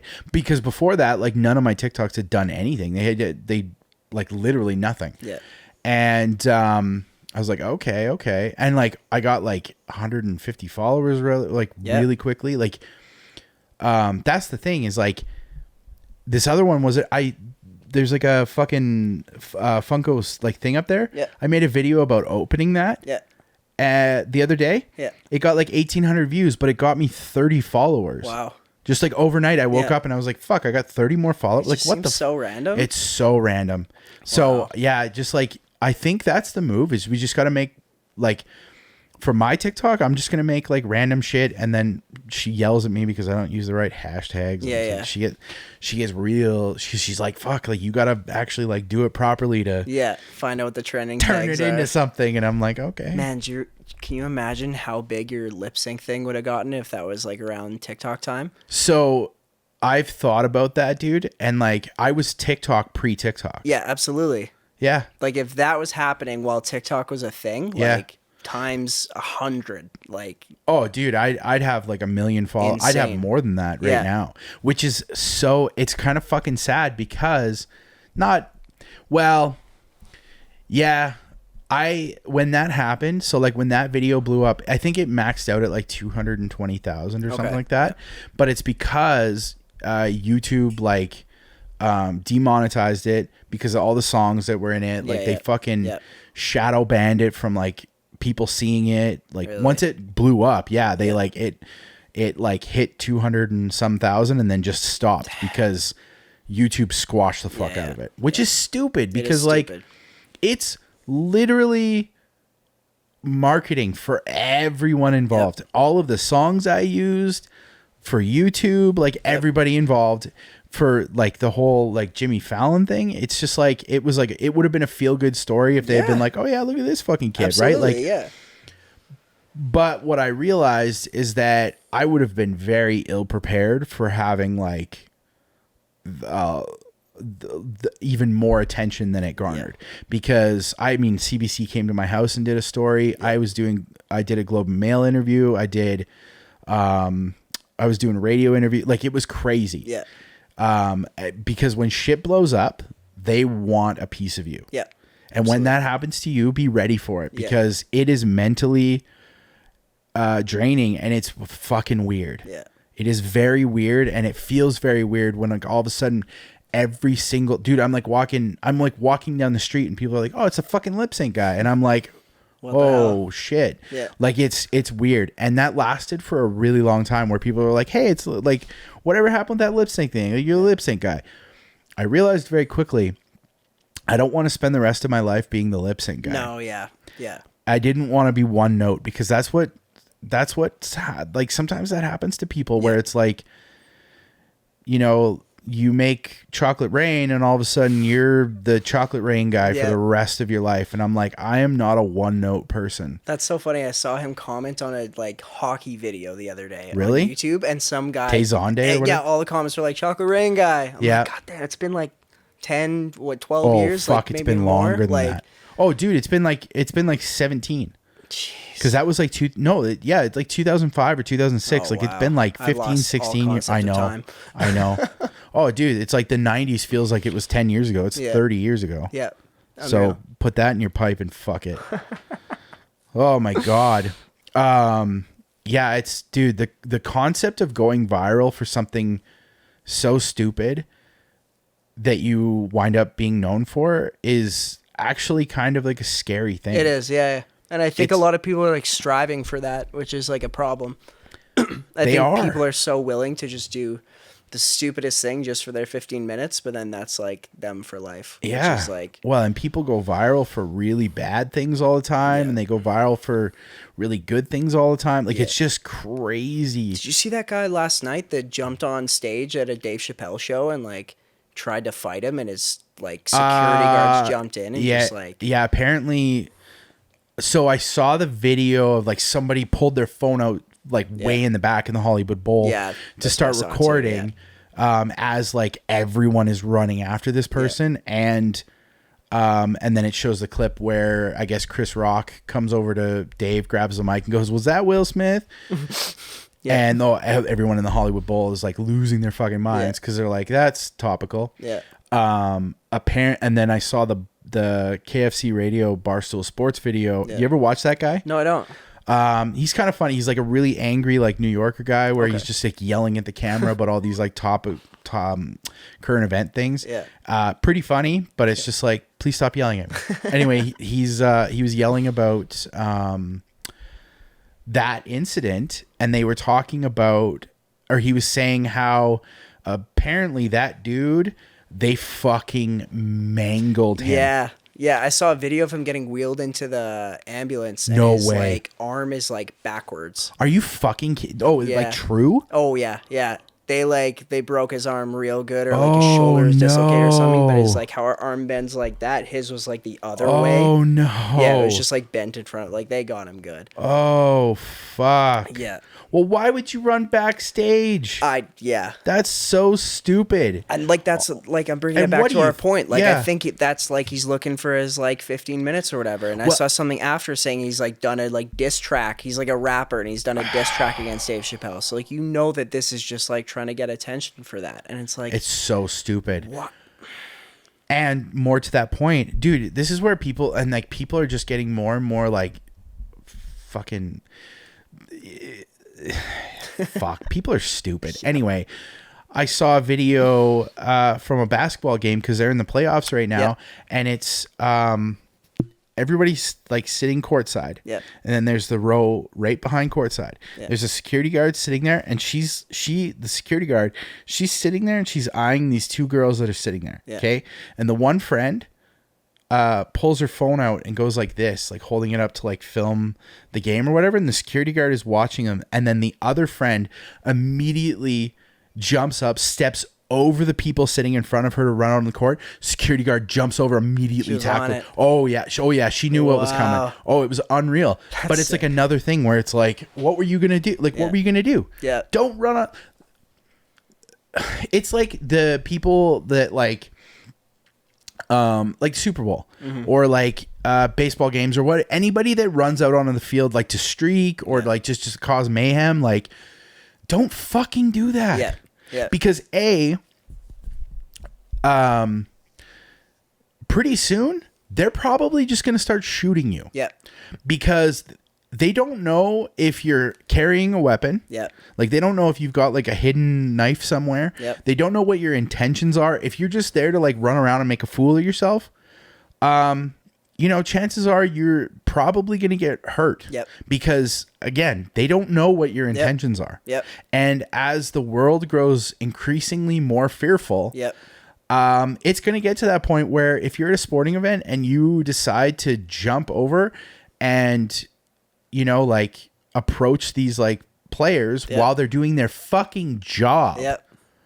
I wouldn't put it past some of these leagues, because essentially the league that is making money off these players, that's their product. Absolutely. If you're approaching their product and you're they don't know what your intent is. Like, are you going out there? I don't know if A-Rod's still playing, but I mean, like, I don't know any fucking baseball players. Me neither. If you're going out there to like, what if you're going out there to fucking attack one of the football players or the baseball players or whatever, right? I wouldn't, Dave Chappelle. They're doing their fucking job. You don't need to, insert yourself into that to get your 50s. So it sucks that dude got fucking mangled by Dave Chappelle's security. Yeah. But at the same time, Brought it on himself. he 100% brought it on himself. Yeah. I have no sympathy for What him. do you expect? Yeah. Zero sympathy. Yeah, especially when he's going and actually attacking him. Like, Yeah. you went up there to hit Dave Chappelle. Like, how do you think that's gonna end? Like, do you think they just have one security dude that you can outrun? Like, No, there was literally like, it looked like 12 people chasing him. Exactly, It was like, and yeah. Dave himself. Yeah, yeah. Like, and it was then like pretty- a Netflix special too, right? Yeah. Yeah. It had, there was like a thing at the top that said Netflix is a joke. So Right, yeah. they were filming it for Netflix. Yeah. So like pretty high security. Like, Oh, huge. Dude, you're not getting away with that. I'm interested. Dude. Oh, actually, now that you mention it, that's awesome. They were filming it for Netflix. So that means they have footage of it. True. Yeah. I bet you anything that winds up.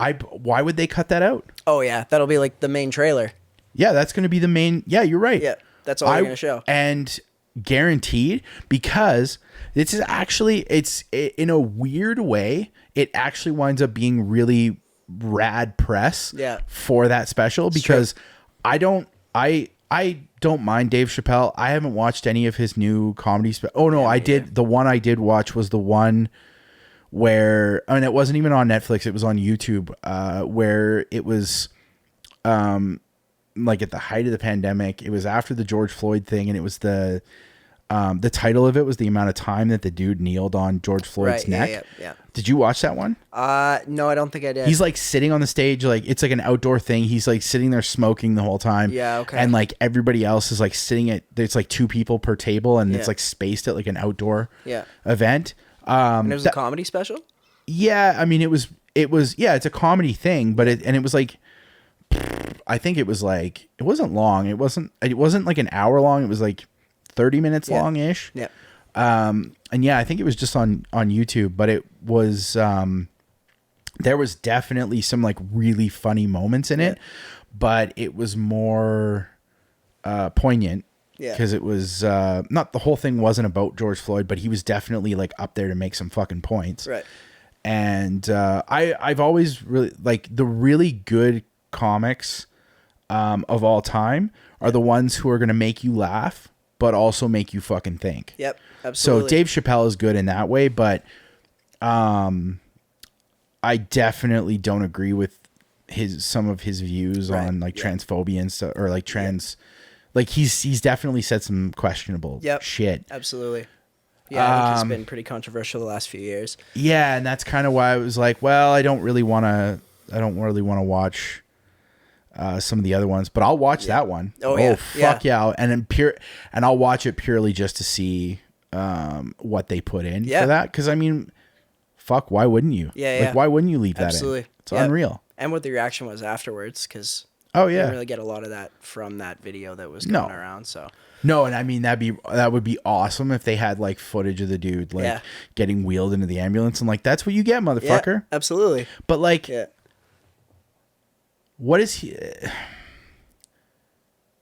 he get out of that at the end? You know what I mean? Like beyond, because if he is a rapper, okay. Yeah. What I think it's just clout. No, I know, but like no, I know it's all for clout, but it's like ultimately, like, how many more people do you think are going to start listening to you knowing that like you went and tried to hit Dave Chappelle? Yeah. I mean, would bet anything it's I think I should be this big rapper, so if I just get people to know my name and hear my song, then that's going to be enough no matter what I do. I think that to me is the only logical way of approaching that, because I can't see how you could do something like that and think people are going to like your music, start following you, that kind of thing. Like, nothing else makes sense to me. But there are people that will. You're right. It's a bummer. You're absolutely right. It's absolutely it's just a bummer all around, because it's like a person that thinks that way. Yeah. That's not somebody that you want to look up to. No. Because again, the rap world's insane too. If you think about world star, what these, even the biggest rappers today, the things they've done or get charged with or things like that, and people just don't care. Like, it is insane. Like, we're talking like murders, like rapes, things like that are like concrete, proven, like people just don't care. It's like, it just blows my But mind. I mean, Donald Trump Yeah. got voted in to Yeah. be the president, so I'm not really that surprised. Yeah. But I see your point. Yeah. It's insane. I know. It's kind of funny, like, because you look at it from a perspective of like, you know, if I had done any of those, not even like if I had been charged with any of those things, if I had done any of those things, and if people knew about it, I'd be fucking embarrassed. I would not show my face in public. Yep. And yet there's people that not only have they been, you know, done those things, been charged with those things, but they're also just like brushing it off and like continuing to have a career. Yeah. That's fucked. Or almost like using it to push their career further. Yeah. Shock factor. Yeah. Which is insane. That's a bummer. Yeah, It's a huge bummer. It is. So, When we were talking about Netflix, it sparked a thought in my mind. Are you an F1 fan, like Formula One? Are you into that at all? I have not watched Drive to Survive. Dude. I know literally every single person. Okay. It's like Adam. Yeah. I remember one time he was just like, man, I'm so into F1. And I was like, what the fuck are you talking about? Where does that come from? F1? How the fuck did you get into F1? Oh man, I started watching Drive to Survive on Netflix. And like, once you start watching that, you are hooked. Absolutely correct. You absolutely are hooked. Yeah. I'm like, okay, I'll watch it. Yeah. He's like, watch it. Yeah. You are like the sixth person after Adam Yeah. that is like, watch Drive to Survive. Yeah. You'll be hooked. For real. Have you tried yet? No. Okay. Because I don't have fucking time. Yeah, fair. I know, because I know as soon as you'll love it. Dude, it's sitting there in my list on Netflix and I'm just like, I know I'm going to love it. Yeah. I love shit. I live for shit like that. It's like, I never thought I would like it. And like, your reaction to Adam is so funny because, you know, I had a friend, we had a group chat a couple years ago and she was like, I can't stop watching F1. And we're like, what the fuck are you talking about? This is a girl with so like silly. Louis Vuitton purses and Yes. things like that. She's like, I can't stop watching F1. And I I'm know. like, but then, yeah, I finally started watching it, I don't know, a month or two ago, and oh my God.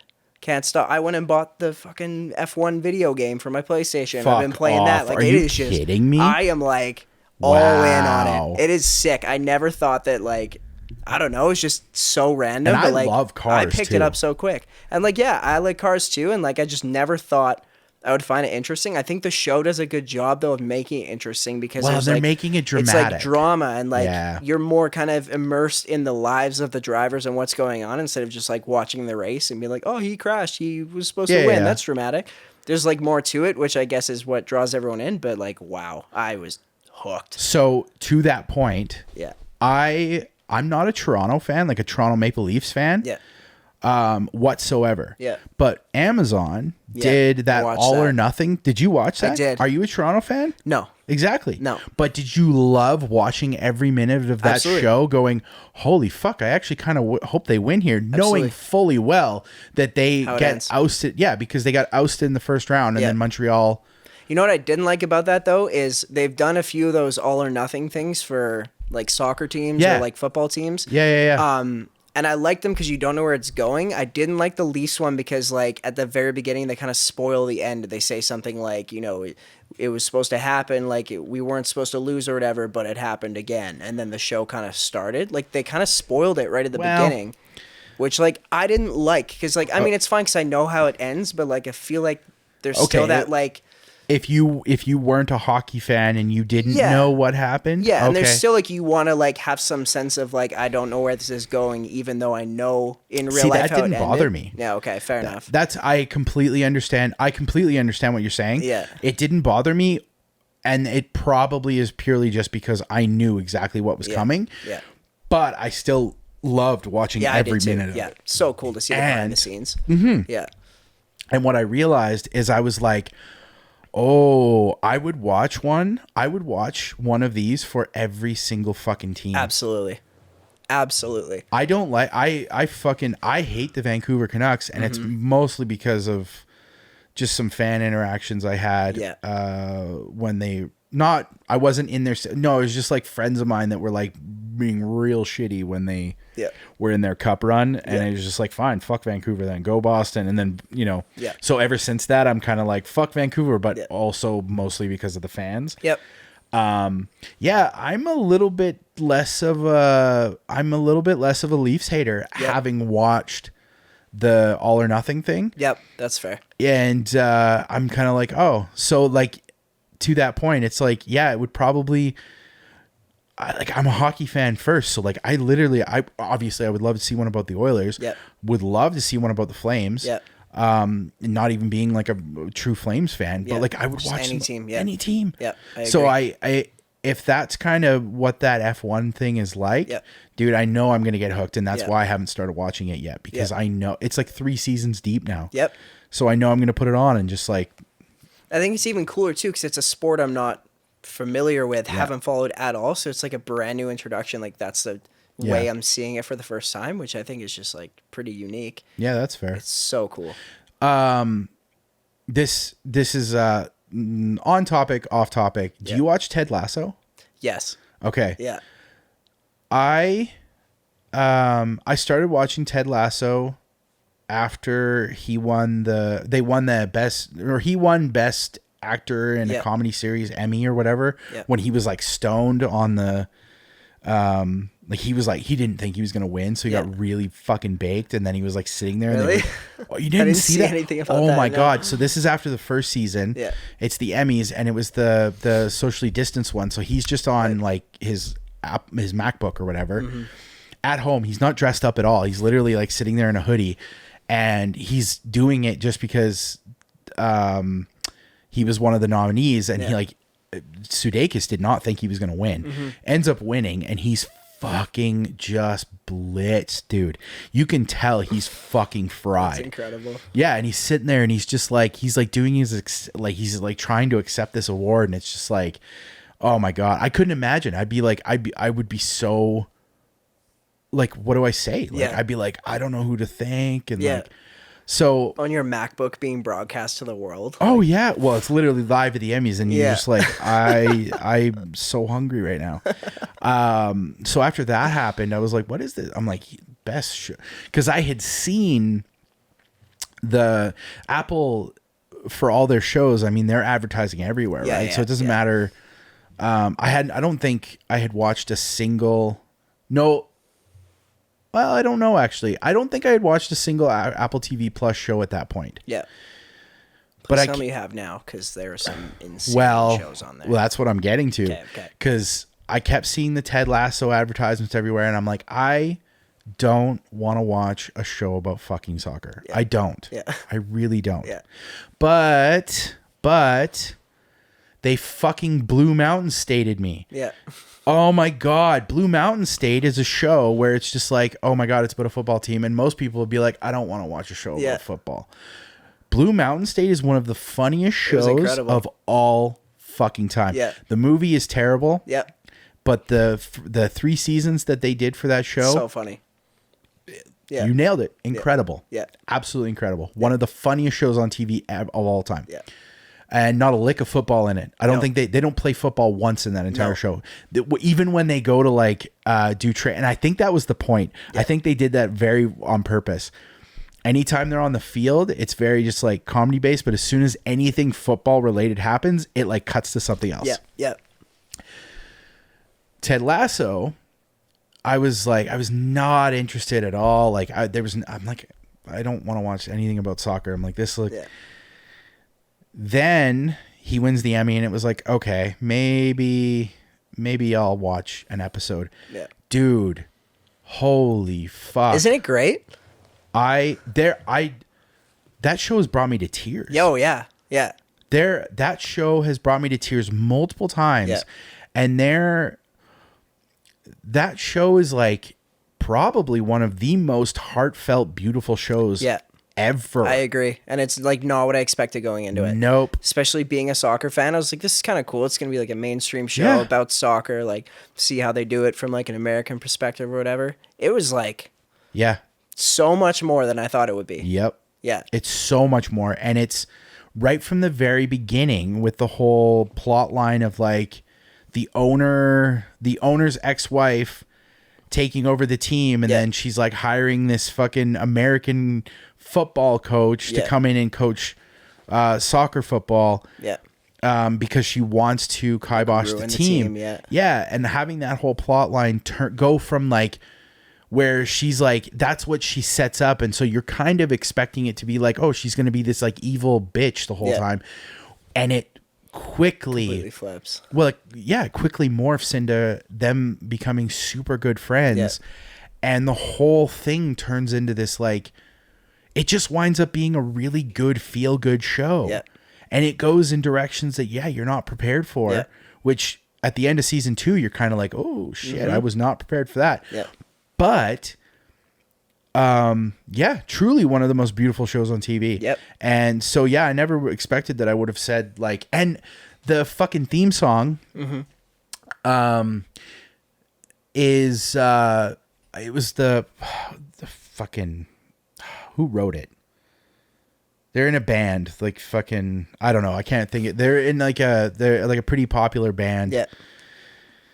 I can't think of their names off the top of it, but anyway, doesn't matter. That song instantly, it's weird how it like the very first time I heard it, it felt so nostalgic, but also like it felt nostalgic, but also brand new. Yeah. And now every single time I hear, I never skip the intro. Really? Yeah. Do you? Absolutely. You do? Yeah. Why?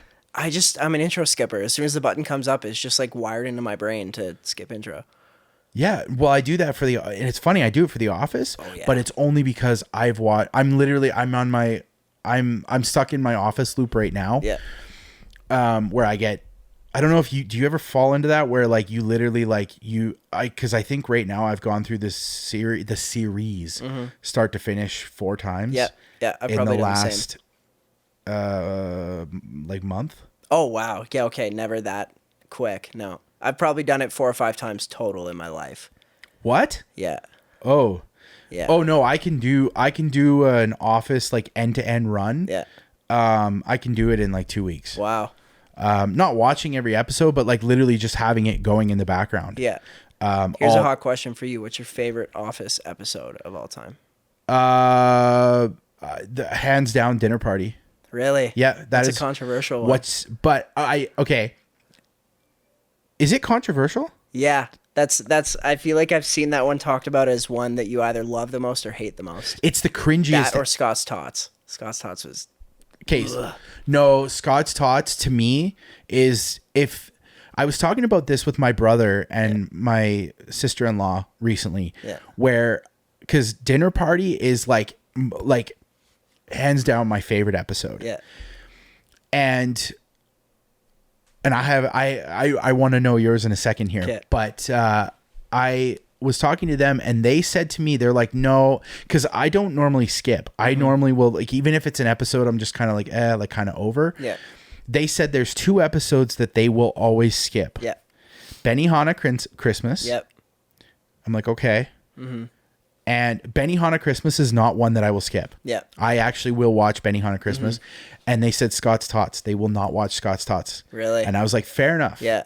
Because it's fucking cringy. It is the worst for cringe. Hey, Mr. Scott, what you gonna do? It's fucking hard to get through, and it's because it's the first time you see it, it's so shocking and like hilarious that upon rewatching, you're just kind of like, oh my god, go through it again. Yeah, like it's hard to watch because you're like, how could he fuck that up so badly? Yeah. No, Dinner Party is my favorite. I'd say my favorite episode. Yeah. My second favorite episode. Yeah. Because how many, like, do you know what your second favorite episode is? I know for a fact. I think I do, yeah. Okay. Yeah. My second favorite episode, without a doubt, is, or at least in my opinion, the second best episode of The Office, because I think The Dinner Party is the best episode of the entire series. Yeah. The second best episode, in my opinion, is the what the fuck is it called? It's where they go for drinks after work At Chili's? Oh no. that's Poor Richards. No, not Poor Richards. Okay. No. It's later in the season. Okay. Pam is on mat leave. Okay. And they go out for it's the introduction of Date Mike. Oh yeah. It's where they go out for drinks, and so Pam is like, Jim's stoked because he's like, oh, Pam, like the baby gets me out of anything because Pam won't want to go out and blah blah blah. And then he calls her and she's like, yes, oh my god, yes, I want to see everybody. Yeah. And then when they get to the bar and she sees Kevin and they're so excited. Yeah. And he's like, and then he's just like, wow. Yeah. Oh my god. That was good. Because he's trying to make her lactate. Yeah. And then you get into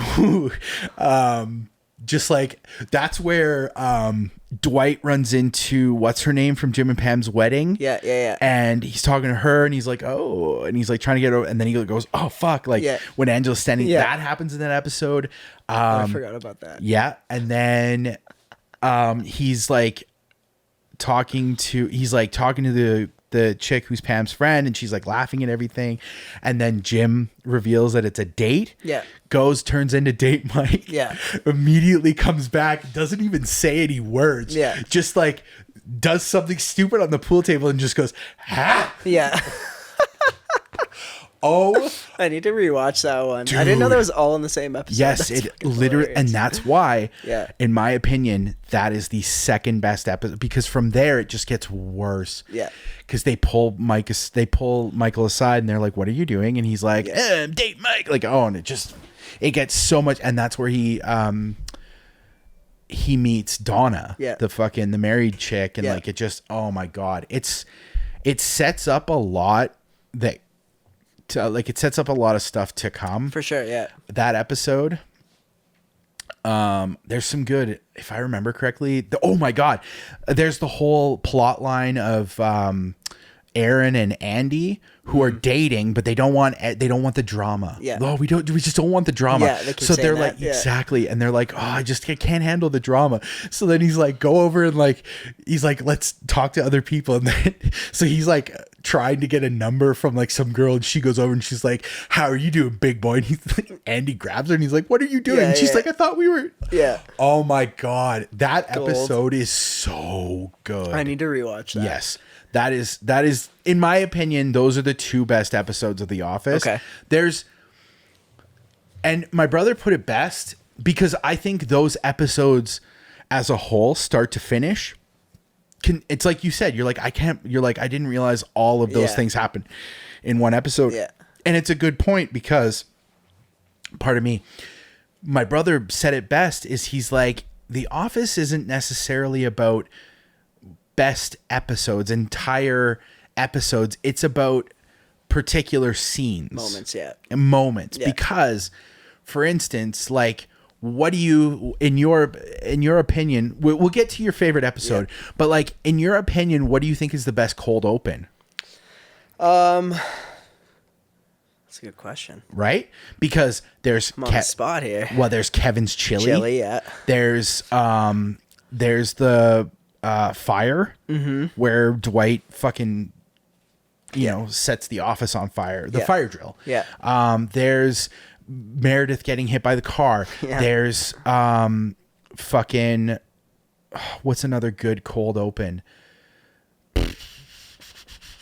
I can't think of it. I feel like it's been so long since I've done the series that I'm blanking on a bunch. No, that's fair. I'm like literally in the middle of the series. So what's your favorite episode? Let's do yours now. My favorite, hands down, Christmas Party Season 2. Christmas Party Season 2. Where Michael buys the iPod for Ryan. Oh my god, White Elephant. Keeps getting passed around. Yeah. The Yankee swap. Oh my god, the knitting. That is my go-to episode. I will howl at that episode every time. I don't know what it is. I can't pick out one particular thing that I love about it. It is just, I think it is so funny. That is a really funny episode. And you're 100% right.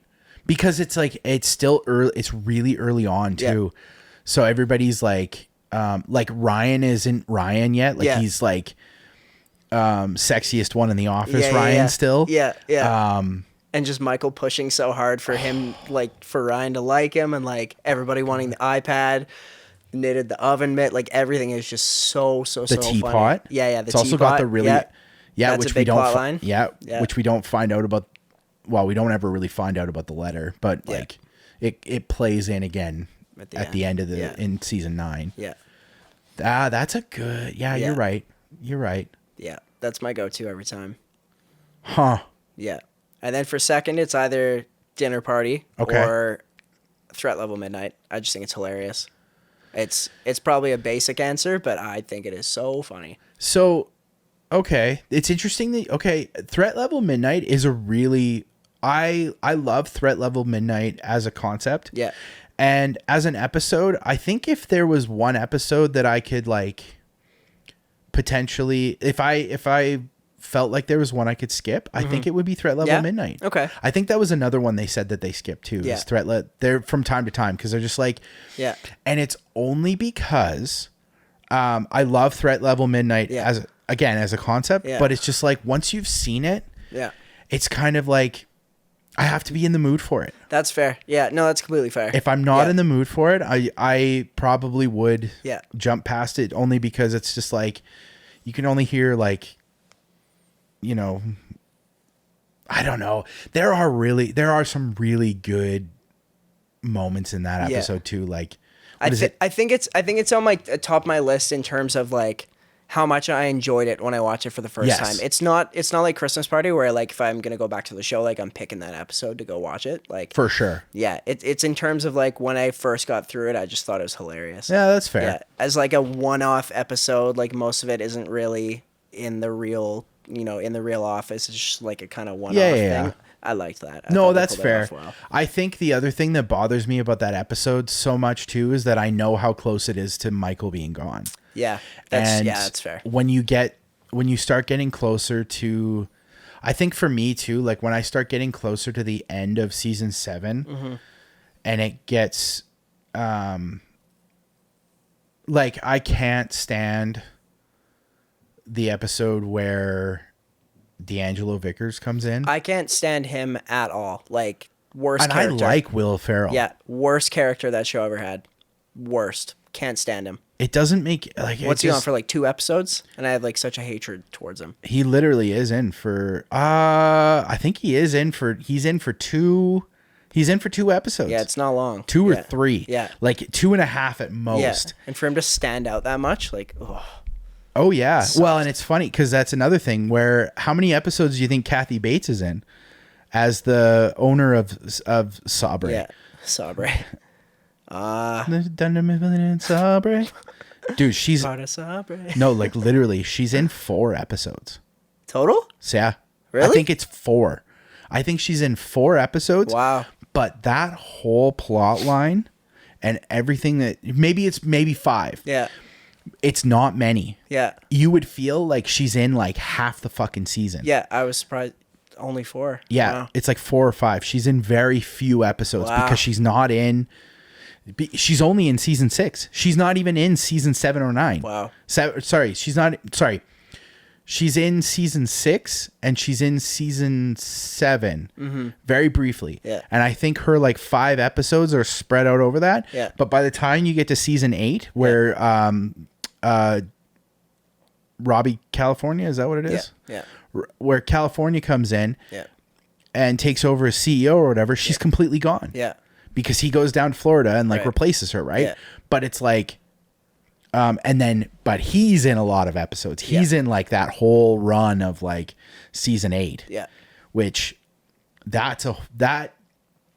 you like season 8 and 9? It was just different. Like, I don't know. It changed because that's when what's his name? Greg Daniels, the guy that wrote it. I think that's when he left and went and wrote Parks and Rec. Oh. And I just felt like too much of a shift. I liked it, but it was like after Michael left, and then Yeah. I think the writing just changed a little bit, and that's when I was kind of like, They're not my favorites. No, that's fair. Yeah. There's a lot of stuff that happens in season 8 and 9 Yeah. that is really good. yeah, But there's also a lot of stuff that's like just Andy like, at the end. what was the point of that? It sucked. It sucked. Like, why do that? Yeah, why Andy should have never. He should never have been promoted. Yeah, he agreed. should have always stayed at the character he was. Yeah. and that's that like they ruined that character. They did. Yep. Completely. Yep. Because they turned him into a complete dick. Yep. By the end, and it ruins it. Yep. So then you're stuck with this like. And Florida. Did you hate Florida? Because I don't hate Florida, but some of Florida is kind of like, what was the point? Yeah, I agree. Yeah. And apparently the whole like Kathy and Jim thing was apparently supposed to go a lot further. Really? But according to like I heard like third hand. Yeah. Because I haven't read anything that actually came from Krasinski, but apparently Krasinski said to the writers, he was like, Jim would never do this. Yeah. Like Jim would never cheat on Pam. Like what? Super out of character. Yeah. And like, what would be the point of that? Yeah. Yeah. So then you get to season 9 when Jim's like starting athlete and stuff like that. Yeah. And they're going through all their marital problems. Well, Jenna Fisher and Krasinski actually were the ones that pitched that. Really? Yeah, because they had such a perfect relationship up to that point. Yeah. The two of them, like the Jim and Pam characters, that they were like, well, why wouldn't they like, let's see some adversity. Make it realistic, yeah. And there were fans that didn't like that. They didn't like the fact that they started to go through that and whatever, because it's just like, they're the perfect couple. Everyone's putting them on a pedestal. For sure. Yeah. But I mean, that's not realistic. No, yeah, I agree. It's not realistic at all. I don't like the whole boom guy plot line in season 9. Yeah. Like I don't like I forgot about that. Yeah, there's so many weird. things about the show that are done so well, and then there's like a few things where you're just kind of like, I don't really enjoy that, but I still watch it and I still appreciate where it came from. And I don't know how this turned into like, let's just talk about The Office for I know. No, that's fine. No, but like honestly, it's I saw a thing that was like it was like a meme or something where it was like people who watch The Office don't ask you if you watch, or what people who love The Office don't ask you if you've watched The Office. They ask you, do you watch The Office? Right. Yeah. Thus pointing out that they've never stopped watching The Office, and that they will continuously watch The Office forever. It's true. Yeah. I have my go-to like background shows. The Office. Yep. How I Met Your Mother. Okay. Friends. Yeah. Those are my 3 main go-tos. Okay. For like just like throwing on and just letting them run in the background or like falling asleep to, or like whatever. It's perfect because there's so many of them and they're so short. Yeah. It's like the perfect background show. And I know them off by heart, so literally I can like turn my phone on, flip it over so it's not bright, and like listen to it, and I can picture the entire episode in my head. Yeah. Like I know exactly what's going on. Yeah. Yeah. It's a comfort thing. Yeah. And I'm sure it's like I'm sure somewhere deep down, like somebody would be like, oh, that's a trauma response. And I'll be like, great, cool. Yeah. Needed to know that. And I'm sure it is a trauma response in some regard, but like, fuck it. Whatever. I'm going to watch those shows until I die. I don't give a fuck. Absolutely. And that's one of those things where it's just like, like they've like, even Steve Carell has said, he's like, The Office wouldn't work now. No, absolutely not. He's like, there's so many things we did that like there's would never work. No, Michael Scott couldn't like exist in a way that would be acceptable now, like, and still be funny. Is it in the They'd have to first? change him way too much. Yeah. Yeah. I don't like using the term, like the R word. Yeah. Is it in the first season? Or is it in the second season where it's very early on, where it's just like, and it's like very, and it's like a cold open to an episode or something where he's like, they're like, and they also use the FAG word too. In the one where he outs Oscar too. Like they're that scene, I'm just gonna say though, when they're watching gay porn in the office and Oscar comes out and Dwight says, Oscar, we're watching your Friends, or something like that. Oh my God. I laughed so hard at that scene. It is unreal. Dude, always stuck with me. You know what? The nicest thing about that show is there's I notice new things all the time. Yeah. Yeah. There's a scene that I didn't even realize. I noticed it. It's so funny. I noticed it in this most recent run through, and then I saw a meme about it like a day later, where I was like, "Oh man, I'm so glad I noticed it first before I saw the meme." Michael's in the kitchen. He's got a Diet Coke and he's pouring sugar into the Diet Coke. Yep. No one brings attention to it. Yeah. And it's like, once you actually notice what he's doing, it makes it so much fun. It's like the milk and sugar thing in the van. Yeah. When he's like, "You have any coffee?" Just milk and sugar. And he's like, "Milk and sugar." And she's like, "Is this just milk?" And he's like, "You drink this every day?" Every day. There's another one that I never really like paid attention to before or whatever, but it's when Andy and Jim are going to the high school. It's the Watermark episode. Yeah, okay. Andy and Jim are going to the high school, and on the way there, Andy's like, "Beer me that disc." Oh yeah. He's like, yeah. "What?" And he's like, "Oh, it's just like a thing I say." It gets a laugh like a third of the time. And then they get to the school or whatever, and Jim gets out, looks at the camera, and goes, "Lord, beer me strength." Yeah. I only like recently actually like listened to what he said there. Yeah. And I'm like, that's fucking, that is beautiful. Yeah. Lord, beer me strength. Amazing. There's just, there's so many like little subtle things. Yeah. It's like the little one-off scenes that are the best, I think. When they're going to check out the like secret location for the Michael Scott Paper Company or whatever, and they find out that Pam was lying about where it's gonna be or whatever, and they pull up and it's just like an empty lot, and they're like, Pam. Oh no, that's not for Michael Scott. That's for no, that's because Dwight owns the building and she's threatening to move Dunder Mifflin. Right. Okay, that's what it was. Yeah. But that scene, she's walking down the street. Yeah. Yeah. Or are you a liar too? I've been known to bend the truth a little. Damn it, Pam. Every time, dude. That was just so perfectly done. Yes. I've been known to bend the truth every now and then. Oh my God. There's a few. Okay. This is what we'll leave on though. There's a few things that I hate the way certain things are said. Yeah. And it's in the Christmas episode where Meredith's hair starts on fire. Yeah. I absolutely cannot stand the way she goes, "I am not an alcoholic."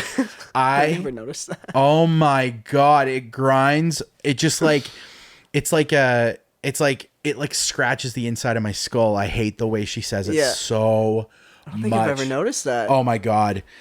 I hope that's not like a glass shatter moment where you're just like, now all of a sudden every time you hear it, you're going to hate it. But it's just like, there's a few things. Kevin's voice in season 1. Oh yeah. How he's just like a normal voice. And then season 2 onwards, he gets his Kevin voice. It's not Ashton Kutcher. Yeah. It's Kevin Malone. It's just so weird how season 1's like, normal voice. Well, yeah, but it's also, they hadn't figured out the character yet. True. And like it I just totally irks me. Yeah, but also, okay. Don't let it irk you. Yeah. Because there is the fan theory.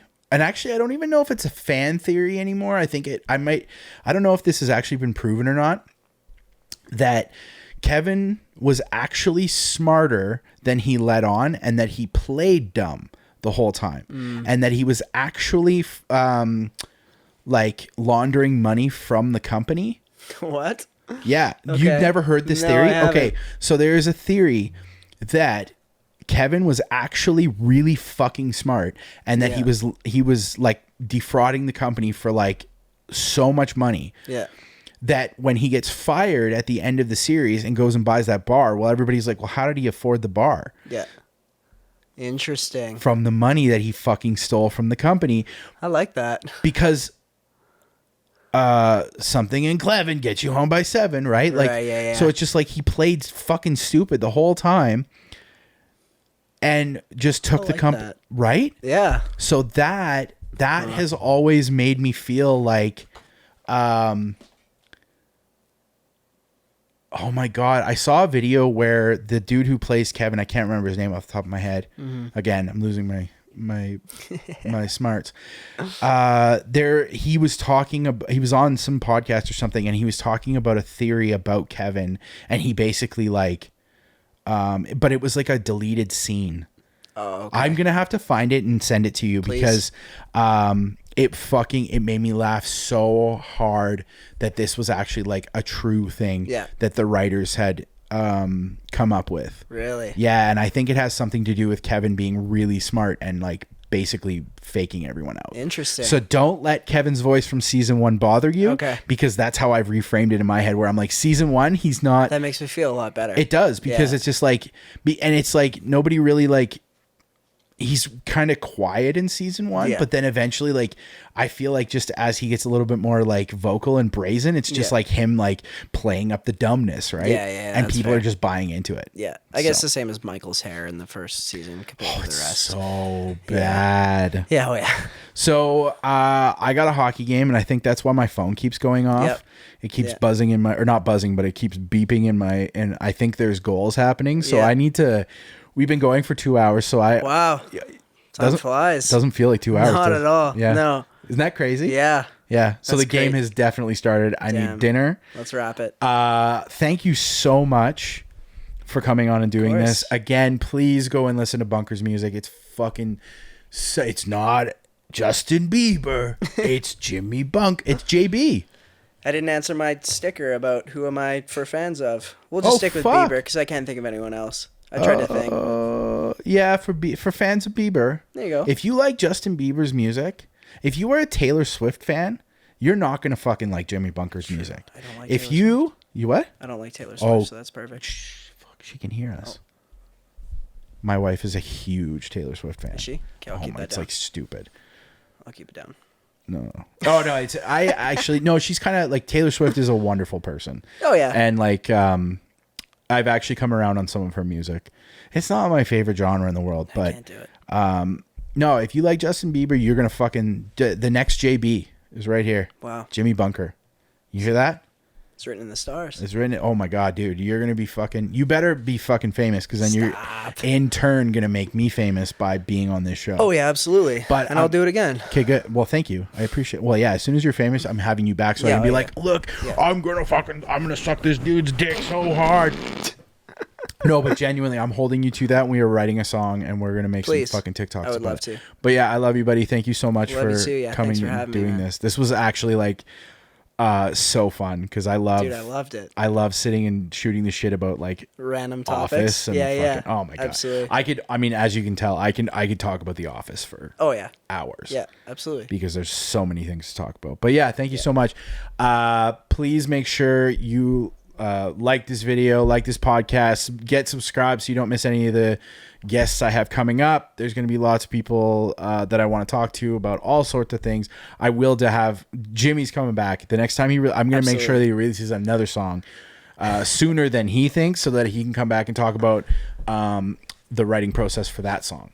Absolutely. And all his other stuff, because we didn't really talk about his music, but his music is fucking great. Thank you. So yeah, buddy, thank you so much. Hell yeah. Thanks for having me. This has been This Will Never Work. I can't even remember I can never remember the name of my shows ever. It's horrible. That's why it's gonna work, though. I know. This has been This Will Never Work. I'm Lincoln. I'm Jamie. Well, let's try again tomorrow. Let's try again tomorrow. I don't even know my sign off. Let's try again tomorrow. Okay, bye. Fuck. I'm out. Sometimes the irony of trying to write a theme song for a show called This Will Never Work gets the best of you, and, well, it sucks. So, welcome.